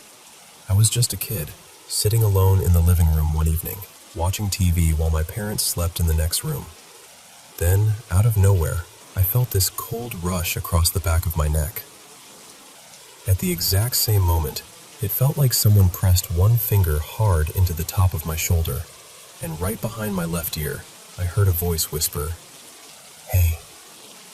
I ran straight to my parents' room, completely panicked, telling them someone was in the house and that somebody had whispered to me. They barely reacted. They told me I was imagining things and went right back to resting. I still think about that moment sometimes, because it feels like that was the night something noticed me. After that, weird things became normal in our house. My stepdad used to mess with me sometimes. He'd hide in my closet before bed and grab at my feet just to scare me. So one night, I checked the closet carefully before getting into bed. I made sure nobody was inside. Then I shut the door and lay down. A few minutes later, I heard the closet door slowly slide open. I looked over at that dark gap, and there they were, 2 red eyes staring back at me. I jumped up, turned on the light, and yanked the closet open, fully expecting my stepdad to be crouched in there laughing. But the closet was empty, completely empty, and the eyes were gone. Not long after that, the same eyes started showing up somewhere else too. Whenever I took a bath, I'd look up at the vent over the tub, and I'd see them watching me from inside the grate. Just fixed on me. It made my skin crawl. I used to keep a wet washcloth with me and throw it at the vent over and over. If I hit it just right, the eyes would disappear. But next time I bathed, they'd be back again like nothing had happened. Then came the first time I saw an actual figure. One night, my older brother and I were hanging out downstairs playing games, and he asked me to go upstairs to grab him a cup of ice. As I started climbing the stairs, I looked up toward the railing above the living room and saw this tall figure leaning against it. It was wearing a long hooded robe, dark and heavy looking, and where its face should have been, there was just blackness. No features. Nothing. What gets me is that I kept going up the stairs. I don't know why. I just did. And as I moved upward, that thing started moving too, but backward, almost like it was mirroring me in reverse. Every step I took toward the top, it took one step back toward the kitchen. By the time I reached the top landing, it had backed into the kitchen doorway. It turned its head toward me for just a second, and then it vanished. I saw that same figure one more time before we moved. I was upstairs in the computer room one afternoon, playing an online game, when I started hearing this sharp cracking sound. At first I thought maybe the house was settling, but it kept happening, and it sounded too deliberate. Like knuckles cracking.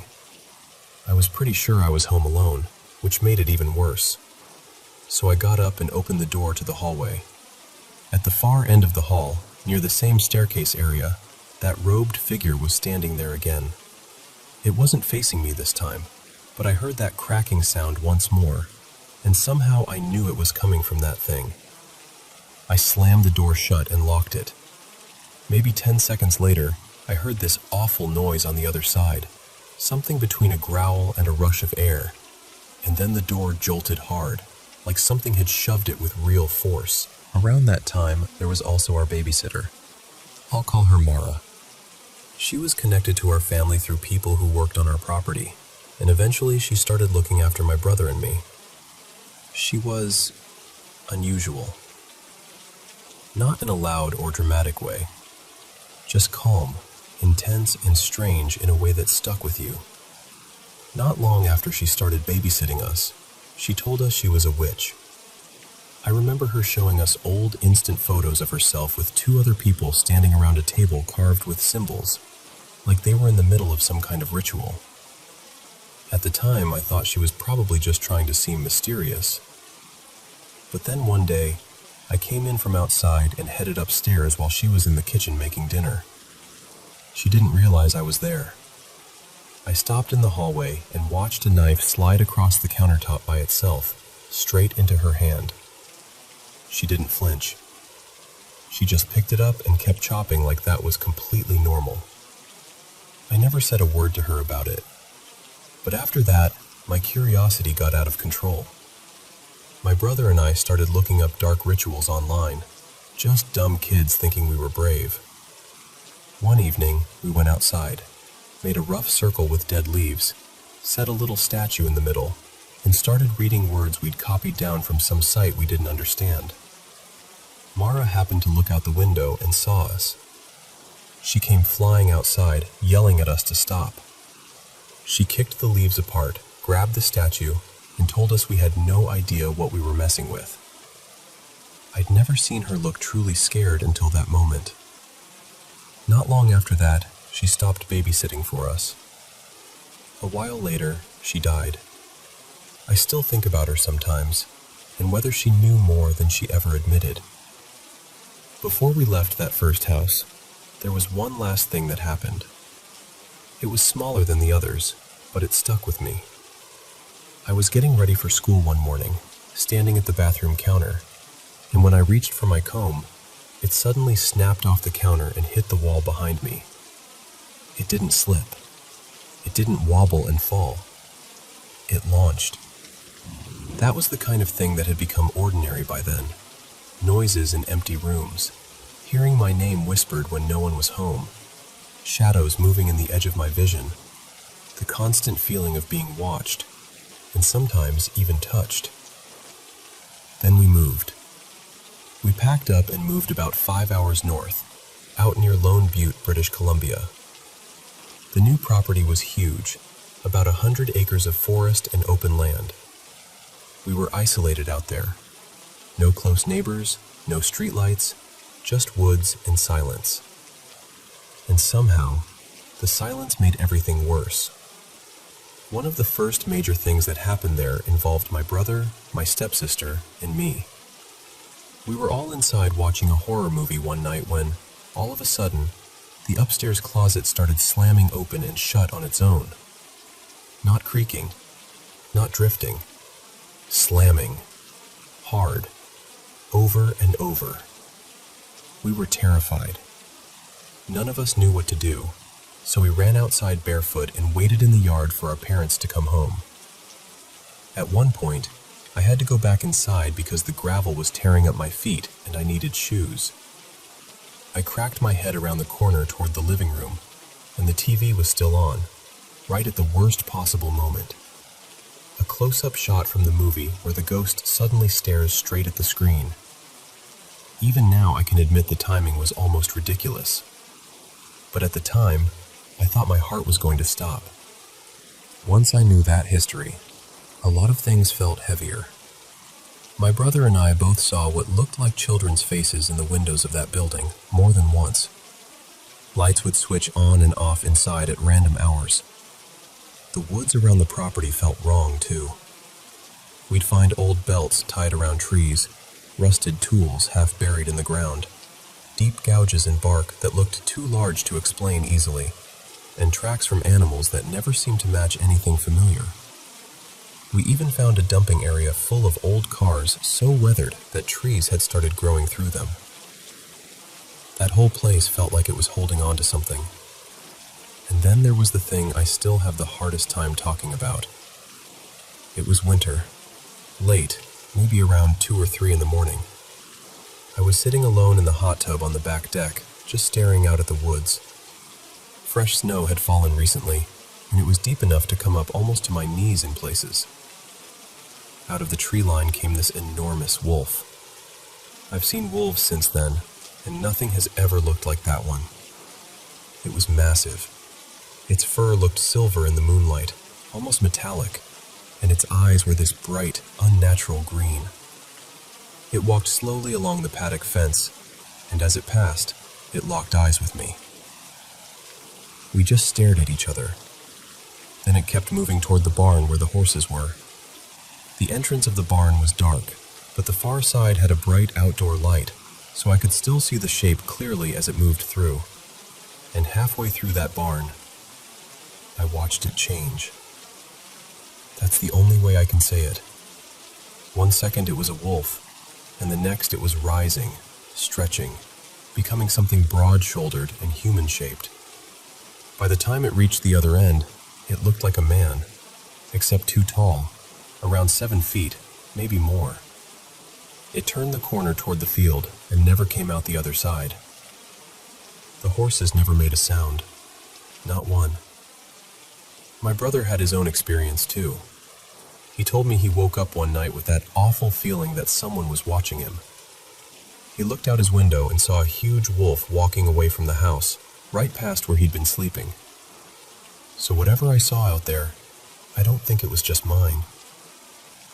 That's the part that stays with me most.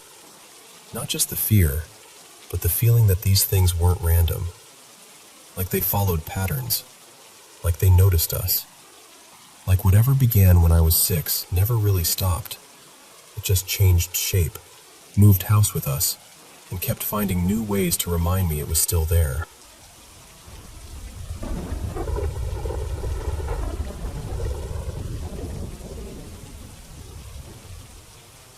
So this happened when my partner and I were getting ready for bed, probably around 10:30 or 11 at night.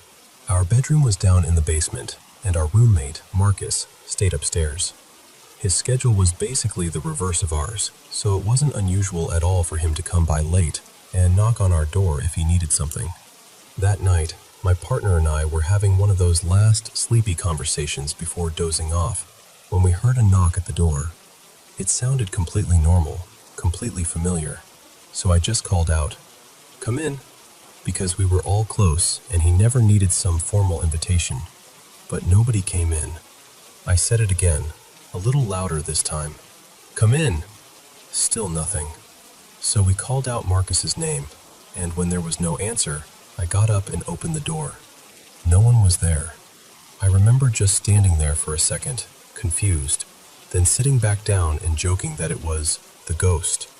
We'd had a few odd little moments in that old house before, the kind of thing people shrug off because old houses make noises, but nothing that ever really stuck with me. Not like this. Eventually, we settled down and tried to sleep. My partner drifted off first, and I was just starting to fade when I heard it again. Another knock. This time, it didn't wake her up, so I didn't say anything. I just got out of bed and decided to look around the basement a bit. I thought maybe the cat was getting into something, or maybe the house was shifting. The weird thing was, the rhythm sounded so much like the first knock that I started wondering if maybe it was pipes reacting to the cold. I tried to convince myself that was all it was, but honestly, it didn't sound like pipes. It sounded exactly like someone knocking on our bedroom door. Same hollow wooden sound, same placement, same unmistakable rhythm. And I knew what the house sounded like in winter. This was different. Still, I told myself it was nothing serious and went back to bed. About half an hour later, it happened again. Knock, knock, knock. At that point, I was wide awake enough to really notice how deliberate it sounded. Not random. Not muffled through the walls. It sounded like knuckles on wood, right outside our room. Our laundry room was down the hall, but our bedroom door was thick enough that we almost never heard anything from outside.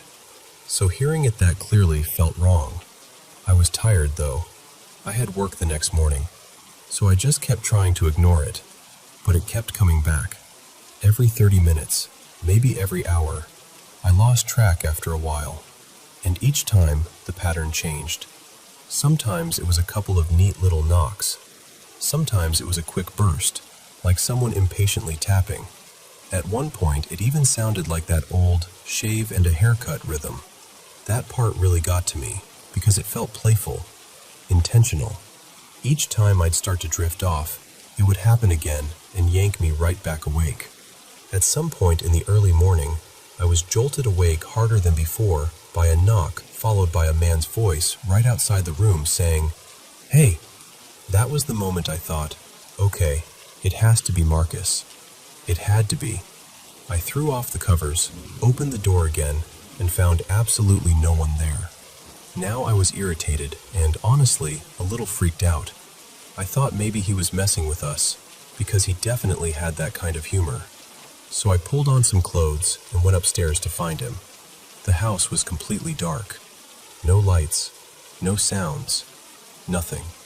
And when I checked, he wasn't home at all. He was still at work. So I went back to bed, trying to come up with any explanation that felt remotely sane.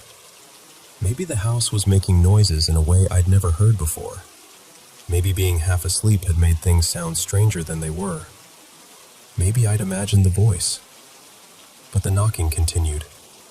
Eventually, I got so exhausted that I started dozing between episodes. Then around 7 in the morning, both my partner and I shot upright in bed at the exact same time because we both heard it. A clear voice outside the room saying, "Hey!" Not a creak, not a muffled sound, a voice. I opened the door one last time. No one there. I turned to her and asked if that was what woke her up, and she said yes. So at least I knew I hadn't imagined that part. I told her the knocking had been happening all night, over and over.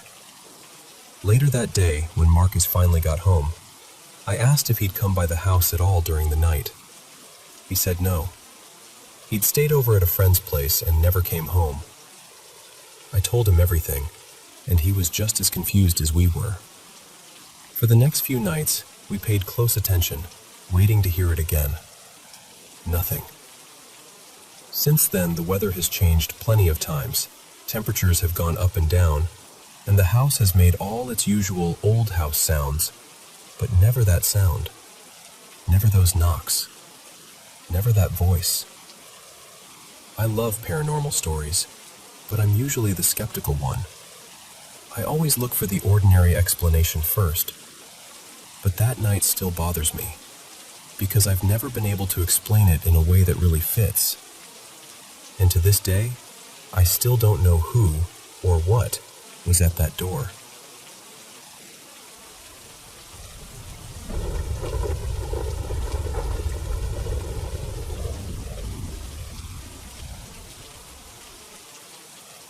One of the strangest things that ever happened to me goes back to when I was a student in Oslo, probably around 2009 or so.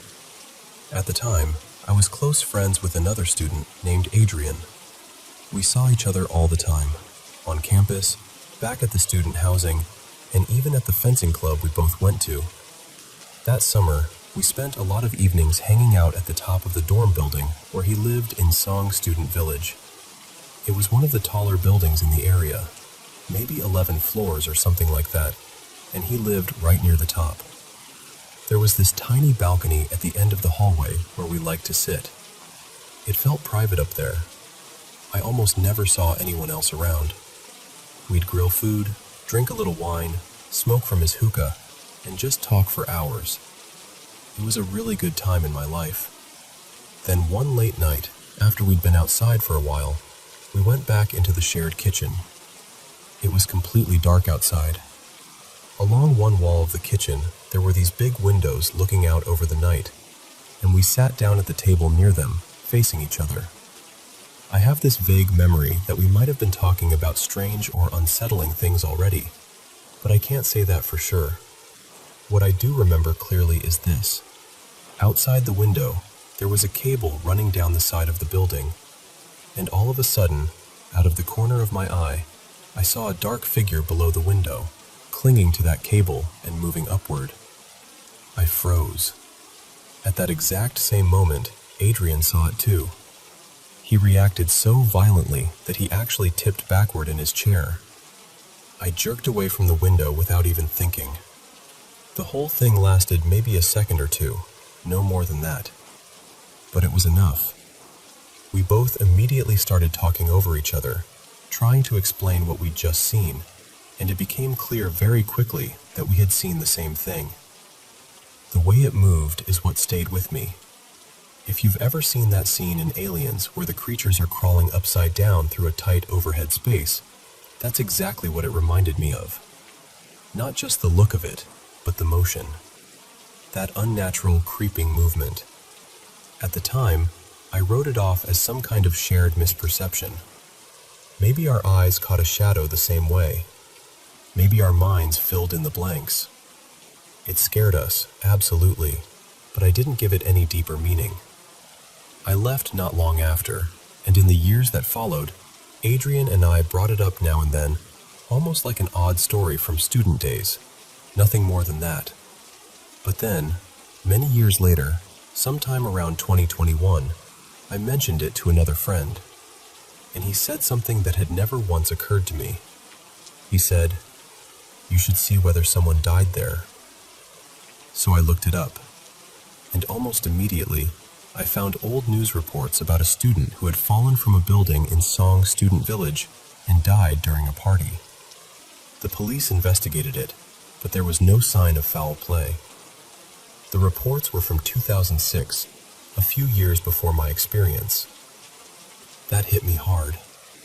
I sent the articles to Adrian right away and asked what he thought, and he told me he already knew about the case. According to what he remembered, it had happened in that same building, possibly from the floor just below the one where we had been sitting that night. He also said there had been rumors for years afterward that people had seen something unexplained around the building.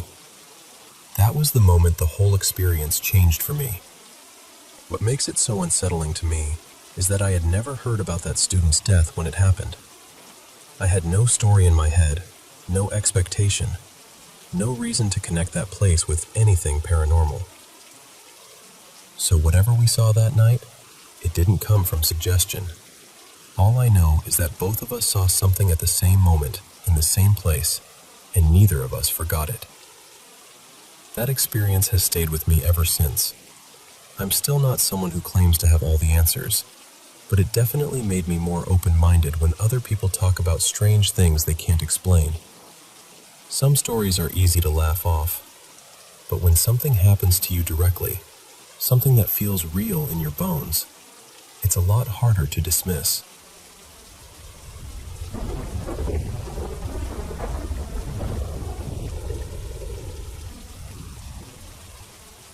I worked as a delivery driver for a pizza chain in a small Australian city called Lismore for about 2 years. Honestly, even though people call it a city, it feels more like a big country town. In that job, you see the usual stuff sooner or later. Drunk people doing stupid things, sketchy customers, the occasional situation that makes your skin crawl. One night, someone even stole a whole order right out from under me. But out of everything that happened, there were 3 moments that never really left me, because I still can't explain any of them. The first one happened maybe 3 or 4 months after I started. I was taking an order out to a more isolated stretch on the edge of town, where the houses were spread out and the roads got quiet fast. I was driving this beat-up little hatchback I had at the time, and on both sides of the road there were thick reeds and long grass, nearly as high as the hood. Out of nowhere, something bolted across the road on all 4s. It moved so quickly that at first my brain almost refused to process it, but I know what I saw. As it crossed in front of my headlights, it turned its head toward me for just a second. The face looked almost dog-like, but wrong somehow, like part of the jaw was exposed, and I could see teeth. The body didn't look furry at all. It looked bare, almost human-skinned, pale and dirty, and I remember thinking there was no tail. That detail really stuck with me. Its eyes caught the light in this strange, milky white way that made my stomach drop. It wasn't very big, maybe around 80 or 90 centimeters tall, but the way it moved was what really got me. It didn't run like a dog or a cat. It kind of sprang forward in this jerky, gathered motion, almost like it was pulling its back legs up underneath itself and launching forward. In a second, it was gone into the grass on the other side. Now, I'm not someone who jumps straight to paranormal explanations. I'm pretty skeptical by nature. I looked into local stories afterward, tried to find any cryptid reports or folklore that matched what I'd seen, and I came up with basically nothing. I even described it to a friend of mine who knew a fair bit about indigenous stories from nearby regions, and nothing lined up there either. So whatever that thing was, I still have no name for it. The second experience happened not too long after that. I was delivering to a more built-up neighborhood in town. It was one of those streets where, if you looked one way, there was a sports field, and if you looked the other, there was an old cemetery. I dropped the order off like normal, but the second I turned back toward my car, I got this overwhelming feeling that someone, or something, was watching me. It hit me so strongly that I didn't even try to brush it off. I hurried back, got inside, and locked the doors straight away. Then I looked out the back window toward the cemetery. Nothing. Everything looked still. So I started the car, and while I was adjusting the rearview mirror, I'd knocked it getting one of the insulated bags out. I glanced up. Standing behind my car, just a couple of meters away, was this tall, dark figure. I can't tell you any real features, because there weren't any that I could make out. It was just this looming shape, blacker than the dark around it, upright and motionless. The second I saw it, I drove off. No hesitation. I didn't turn around, didn't take another look, nothing. I just left. Then, suddenly, a woman in a long white dress stepped out onto the road ahead of me. She didn't run. She just walked out and stopped. I slammed on the brakes immediately, but even as I did, I knew I had enough distance.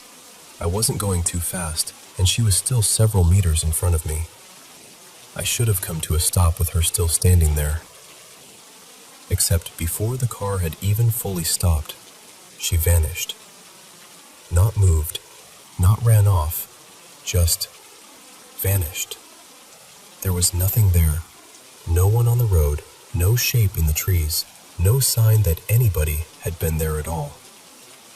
The only way I've ever been able to describe it is that it looked like someone had cut a person out of reality mid-frame. I still think about those nights sometimes. I've tried to explain them away in every reasonable way I can, and maybe there is some normal explanation buried in all of it. But in the moment, each one felt completely real. And even now, telling it back, it still gives me that same cold feeling.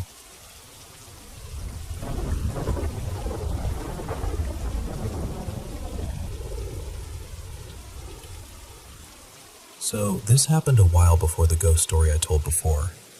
I was about 20 at the time, and it's still one of those nights I can't explain, no matter how many times I replay it in my head. It was around 10:30 at night when my stepdad called me. He said our old family dog, Rusty, had somehow gotten out from his townhouse across town and asked if I could come help look for him. Of course I said yes. When I got there, we talked for a minute and tried to figure out the best places to search. For some reason, I felt pulled toward my old high school. It was a pretty decent distance away, far enough that it didn't make much sense for a dog to wander there, but I couldn't shake the feeling, so I went. I turned onto the road that led back to the school entrances, drove all the way down, realized there was nothing there, and turned around to head back out. And while I was driving, I happened to look up at the sky. That's when I saw it.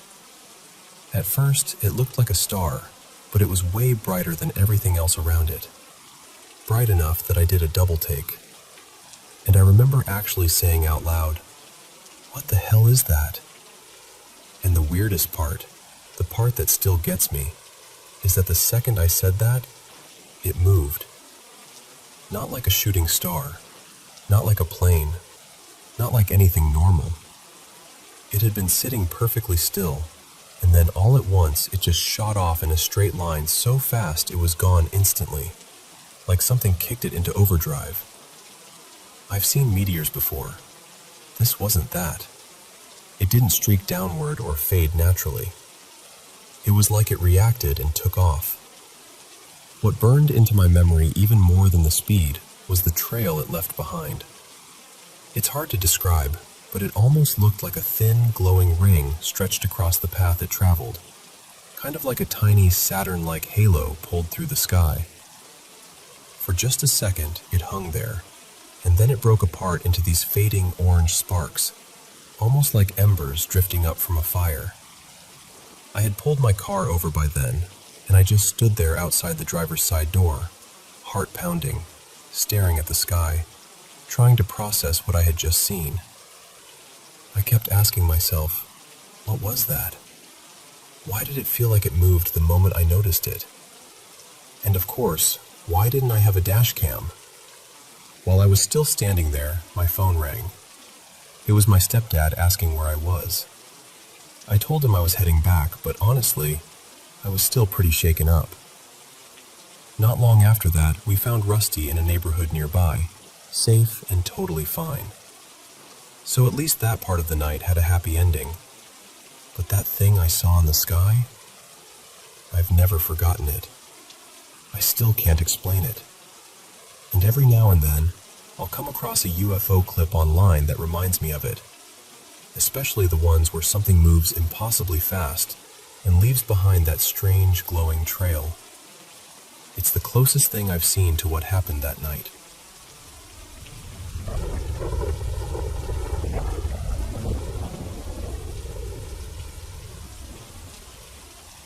This happened when I was in my early 20s, and honestly, even now, I still don't have a good explanation for it. What made it even stranger was that it really started with a dream my mom had the night before. The next morning, her boyfriend at the time, his name was Marcus, and he worked overnight security at a nearby hospital, told me what had happened, and I remember just sitting there, feeling completely unsettled. He said it was somewhere around 3:30 in the morning. He was awake early, getting himself ready for work, drinking coffee in the kitchen, half paying attention to whatever was on TV, and then he started hearing whispering. At first he thought maybe he was imagining it because it was faint, but he said it sounded angry, like this low, hostile whispering coming from just outside the apartment door. So he got up and went to check, and the second he got near the door, it stopped. He looked around, didn't see anybody, didn't hear anything else, so he figured maybe it was just some weird noise in the hallway and went back to what he was doing. But then it happened again. This time, he said it was louder, clearer, like whoever, or whatever it was, had moved right up to the front door. So now he was annoyed as much as confused, and he went over there fast, opened the door, looked out, and again, nothing. No one there. No footsteps. No voices. Just silence. At that point, he told himself it was strange, sure, but maybe still explainable. Then it happened a third time. Only this time, it wasn't whispering.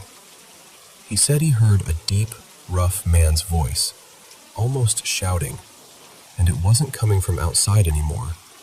It was coming from my mom's bedroom. He panicked and ran down the hall, pushed open her door, and found my mom lying there in bed, talking in a voice that didn't sound like hers at all. He said it sounded male, low, harsh, and really unsettling. He couldn't make out the words, just that the tone felt dark, almost commanding. He turned on the light and kept calling for her, trying to wake her up, and after a few moments, she finally came to. She was confused, frightened, and clearly shaken. When she was fully awake, she told him she'd been having a nightmare. She said there was this dark figure in the room with her, something shadowy and threatening, trying to overpower her.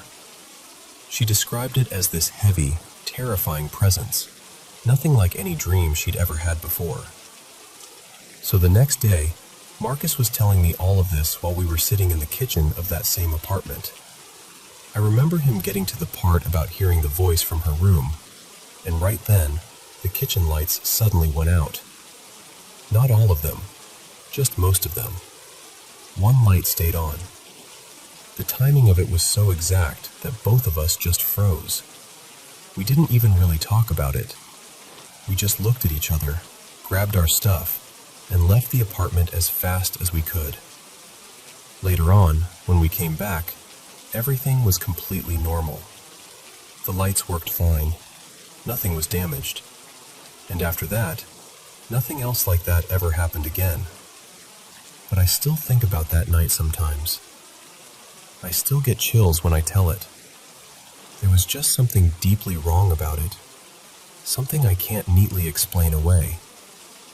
And the strange part is, Marcus had actually promised my mom he wouldn't tell me any of it. I'm glad he did. I just wish it had come with answers.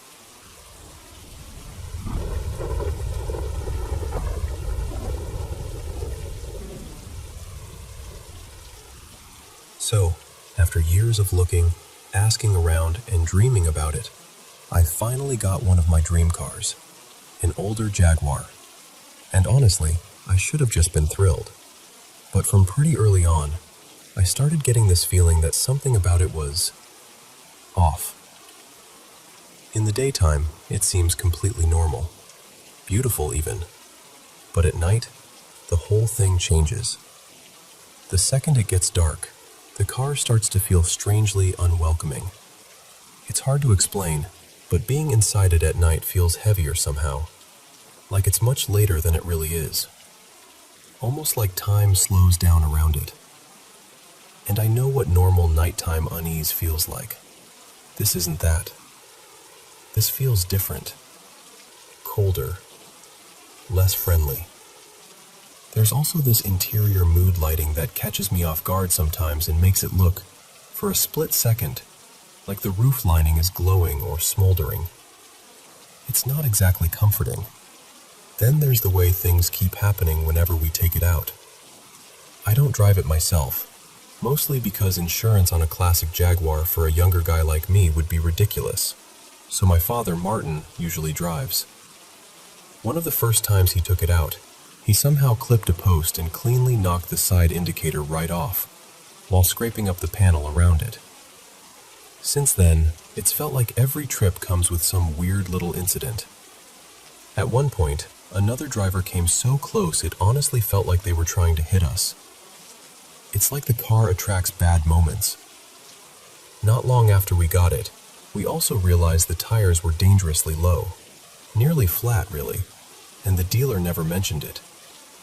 We went to pump them up using an old compressor we hardly ever use, and right in the middle of it, that died too. It started making this awful squealing noise and stopped building pressure completely. So we had to drag out this battered old backup pump that looked like it belonged in a shed 20 years ago. I know how that sounds, but it genuinely felt like the car didn't want us fixing it. And the strange little problems keep piling up. Recently, one of the rear door handles stopped working altogether. The door only opens from the inside now. It's not the child lock either. We checked. It just doesn't work. Like the car has suddenly decided it doesn't want anyone getting in.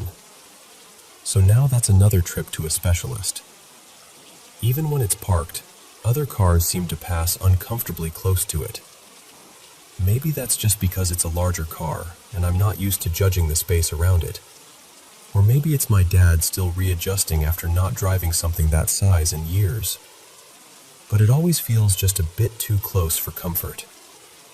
And then there's the smell. The inside has this odd scent, almost like fresh paint or chemicals. And after sitting in it for a while, my nose starts to feel blocked up. We already replaced the cabin air filter, so that shouldn't be it. I know it probably sounds dramatic, but the more time I spend around that Jaguar, the more I can't shake the feeling that it came with more than just a history.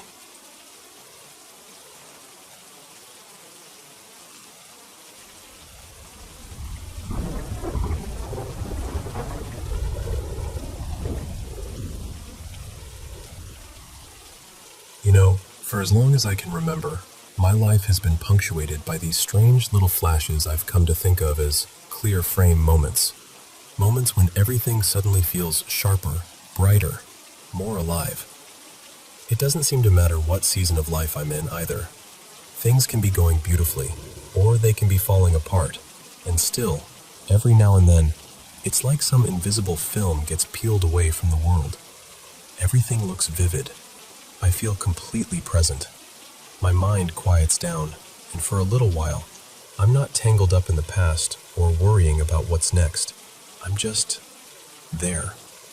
And along with that comes this rush of warmth, almost euphoria, and a kind of creative energy that's hard to explain unless you felt it too. The closest comparison I can make is when an old, blurry video suddenly switches into full resolution. It's like life goes from muted to crystal clear in an instant.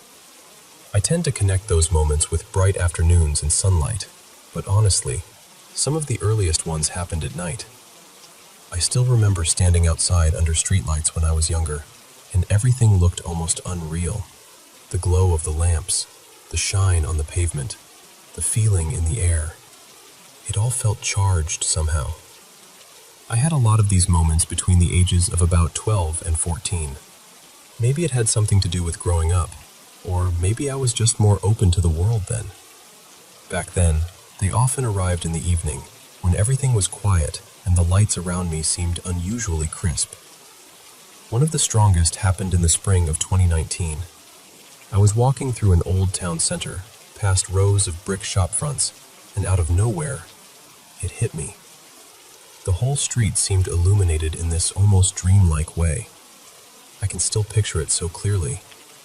That moment felt like the opening scene of some bigger chapter in my life, like something inside me had clicked into place. What's strange is that I also had a few of these moments during 2020, which was, without question, one of the darkest years I've ever lived through. It was a year full of pain and heavy thoughts I'm grateful I never acted on. And yet, even then, these flashes still appeared. I remember one afternoon trying to get a label printer running for my father's work, getting increasingly frustrated. and then sunlight poured through the room in this certain way, and everything suddenly felt still and bright. Another time, I was just standing by the window, looking outside, and the world beyond the glass seemed so clean and sharply outlined that it almost stopped me in my tracks. There have been other moments too. I remember the first time I wore my sailor-style outfit by the coast.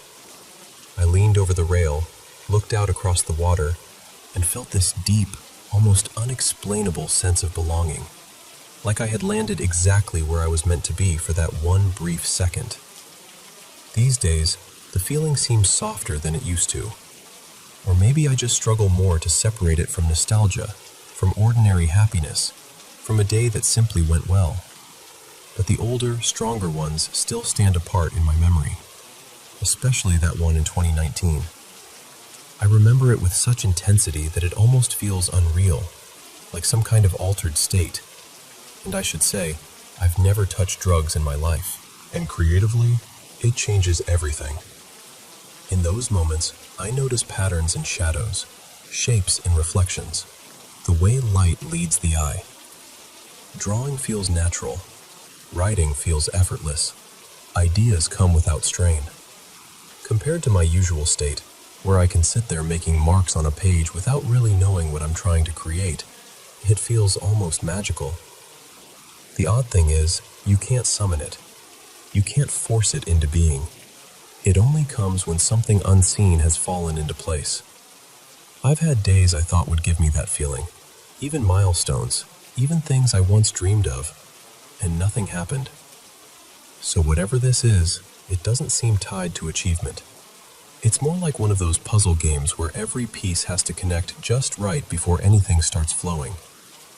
And I still wonder about it, whether other people know this feeling, whether there's a name for it, whether it's something psychological, emotional, spiritual, or just one of those rare human experiences that slips through the cracks of language.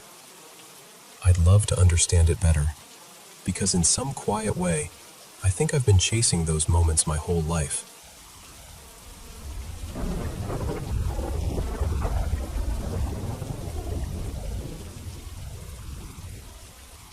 So, this actually happened to me twice, and even now, when I talk about it, it still feels unreal. The first time was about 4 months ago. I was out on one of my usual evening walks, just making my way down a quiet road in my village, where a few new houses were still being built. It was peaceful, nothing unusual, just the kind of walk I'd done 100 times before. And then, right in front of me, I saw it. This dark arm, completely black, solid-looking, from just below the elbow all the way down to the hand and fingers, suddenly moved across the road from my right to my left. The strangest part is, it wasn't moving like a normal person would. It almost looked like it was running on its own. A hand and forearm, just moving by themselves. Then it slipped under a metal sheet near the construction area, and when it did, it made a sharp scraping noise. That sound is what really stayed with me, because it meant I hadn't just imagined it. I heard it. It interacted with something physical. And then it was gone. The second time happened maybe 5 or 6 weeks ago. I was in bed late at night, just lying there scrolling through Reddit before sleep, completely relaxed, not thinking about anything spooky at all. Then, out of nowhere, I noticed my blanket starting to lift near my left calf. At first, I just froze, because I was both feeling it and seeing it happen at the same time. And then something grabbed my leg. Not lightly, not like a brush or a twitch. I mean a firm grip, like a hand wrapping around my leg and holding on. I reacted instantly and kicked hard without even thinking. As I jerked my leg away, it honestly felt like I struck something hand-like. That's the part that still messes with me the most. I know how crazy that sounds. I really do. But as strange as it was, I didn't completely lose it. I just kind of shook it off and kept scrolling. And I know that reaction probably sounds odd too, but the truth is, I've gotten used to weird things happening around me. There was another moment, not directly connected to this, that really changed how I see all of this. I was at a friend's house one night, or technically early morning, and we were outside talking. I remember the exact time because it stuck with me. 3:41 a.m. I was sitting on a couch facing toward the kitchen area inside, and then I saw this figure. It was like a shadow, but not normal darkness. It was black and transparent at the same time, like you could see through it but still clearly make out its shape. I stared at it for a second, thinking maybe my eyes were playing tricks on me, and then I told my friend, "Look over there. Tell me if you see what I'm seeing." He looked, and his face completely changed. He went pale, and this was someone who never believed in any of this stuff, ever. That moment stuck with me more than anything, because it was the first time someone else saw the same thing I did. Up until then, every strange experience I'd had could have been explained away, at least by other people. But after that, I couldn't deny that something was happening. So when that hand grabbed my leg in bed, as insane as it sounds, part of me wasn't even shocked. Part of me had already accepted that sometimes, for whatever reason, I seem to notice things other people usually don't.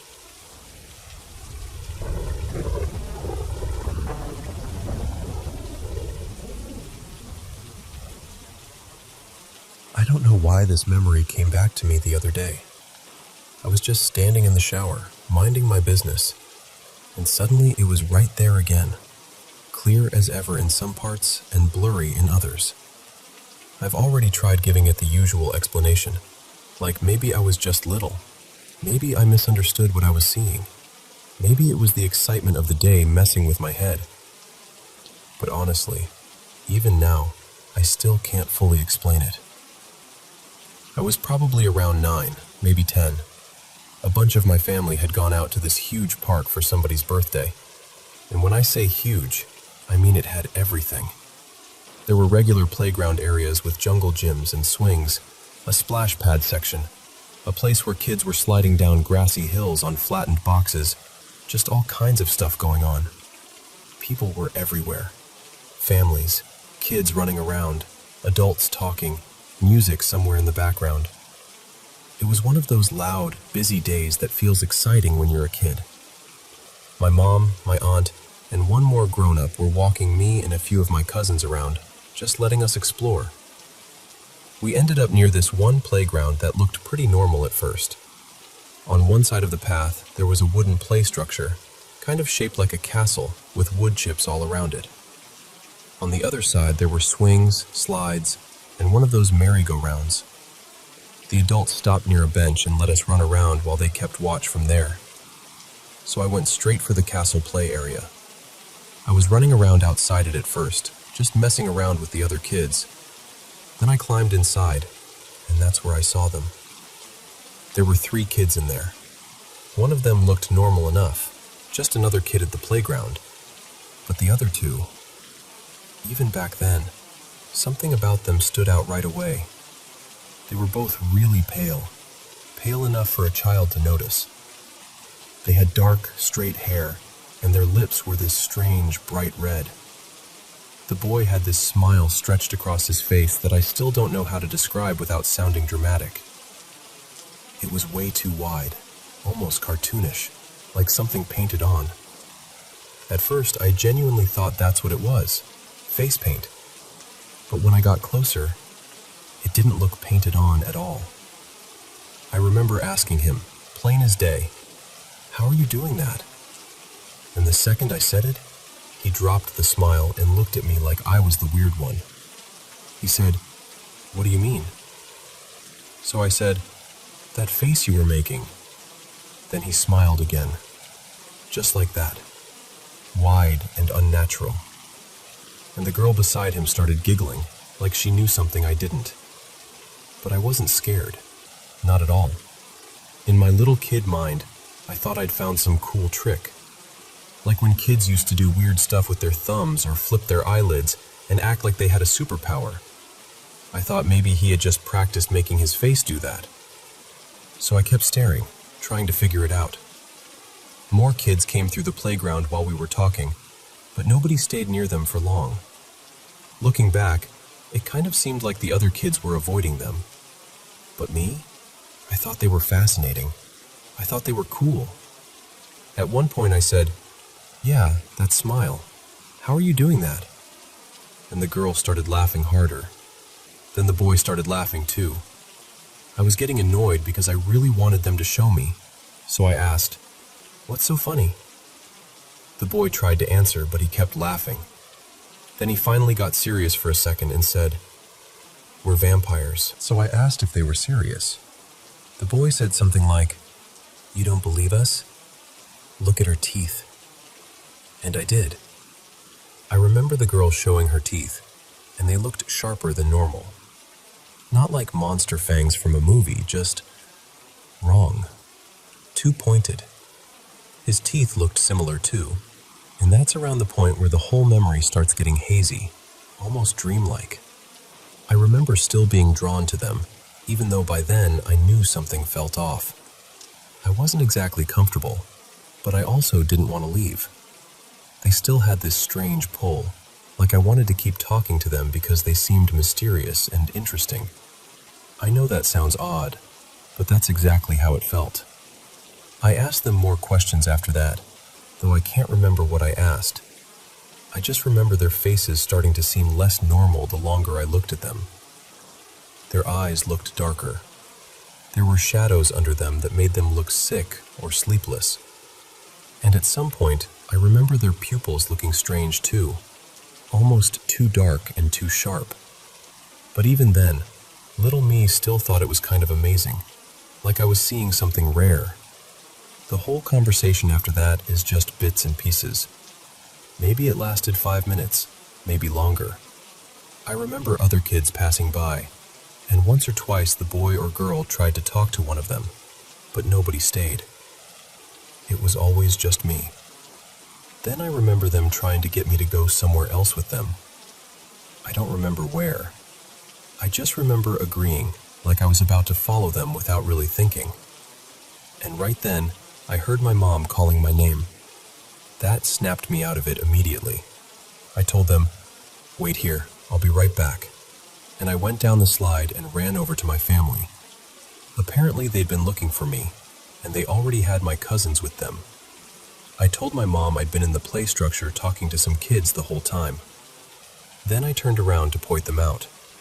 And there they were, standing near the slide inside that castle playground, just looking at us and waving, still smiling. I asked my mom if I could go with them.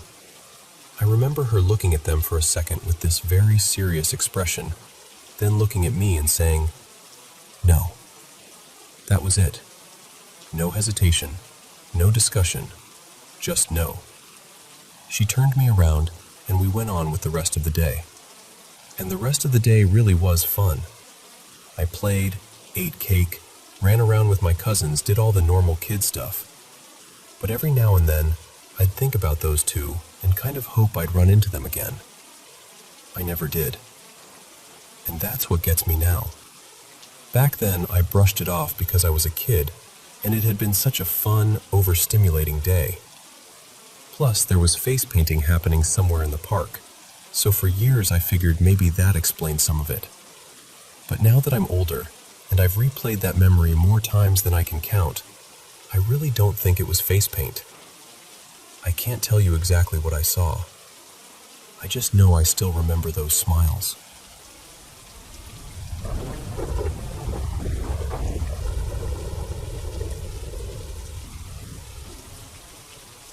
You know how some memories never really leave you?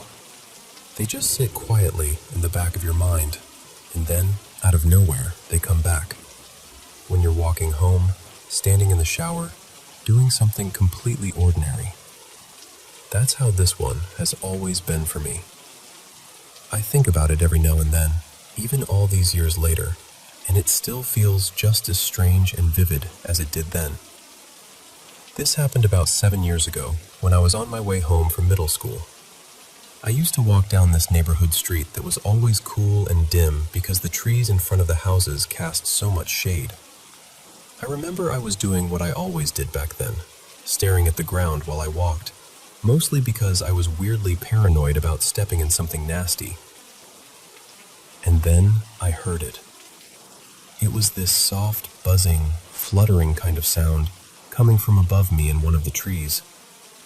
The closest thing I can compare it to is the sound a large beetle makes when it's flying, that dry little wing buzz. It caught my attention right away, so I stopped and looked up. At first, I couldn't tell where the sound was coming from. I scanned the branches, expecting to see some bug or maybe a bird, but there was nothing obvious there. Then I noticed these tiny, translucent wings moving. I squinted a little, trying to focus, and what I saw looked like this thin, greenish shape, almost like a blade of grass or a little twig resting on the branch. I remember thinking, okay, weird, and I was just about to keep walking. But then it moved again. It made that fluttering sound one more time and suddenly lifted off the branch, and it flew down toward me. I just froze. It kept coming closer and closer until it was only a few inches from my face, hovering there. And that's when I realized it wasn't some stick or leaf at all. It looked like a tiny person, like a little wooden being. Its body and head looked almost human, but made of something like bark or wood, and its arms were thin and twig-like. The part that stood out most to me was its legs. They were much longer than the rest of its body, oddly long, almost delicate looking. It just hovered there in front of me, like it was studying me. And I was doing the exact same thing, just staring back in total shock. Then, as quickly as it came, it darted away. The whole thing probably lasted less than a minute, maybe even less than that. But it left such a deep impression on me that I still think about it now. I walked home afterward and didn't tell anybody. I honestly thought no one would believe me, and I didn't want to be laughed at. Then a couple of years ago, during New Year's, my whole family was gathered at the house, and somehow the story came up. I finally told my parents what I had seen. For a little background, my mom and dad both grew up in a small, rural village in Mexico, and in a lot of Mexican communities, there are stories about little beings called duendes, sort of gnome-like creatures. I already knew about that in a general way, but I had no idea my own family took it seriously, or that they had stories of their own. So when I told them about the little winged creature I saw, I braced myself for them to joke about it. But they didn't. They believed me right away. In fact, they started offering their own ideas about what it might have been. One of them suggested maybe it was some kind of spirit or protective being. I didn't really know what to make of that, and I still don't. But I was honestly stunned that they didn't laugh. Then they started telling me their own stories. I know how all of this sounds. I really do. Even now, I'm not saying I fully understand what I saw. I don't know whether it was something supernatural, something I misunderstood in the moment, or something else entirely. But I know it happened. I know what I saw, and I know the feeling of that tiny wooden figure hovering in front of my face, looking at me as if it were just as curious about me as I was about it. And honestly, that's the part I've never been able to shake.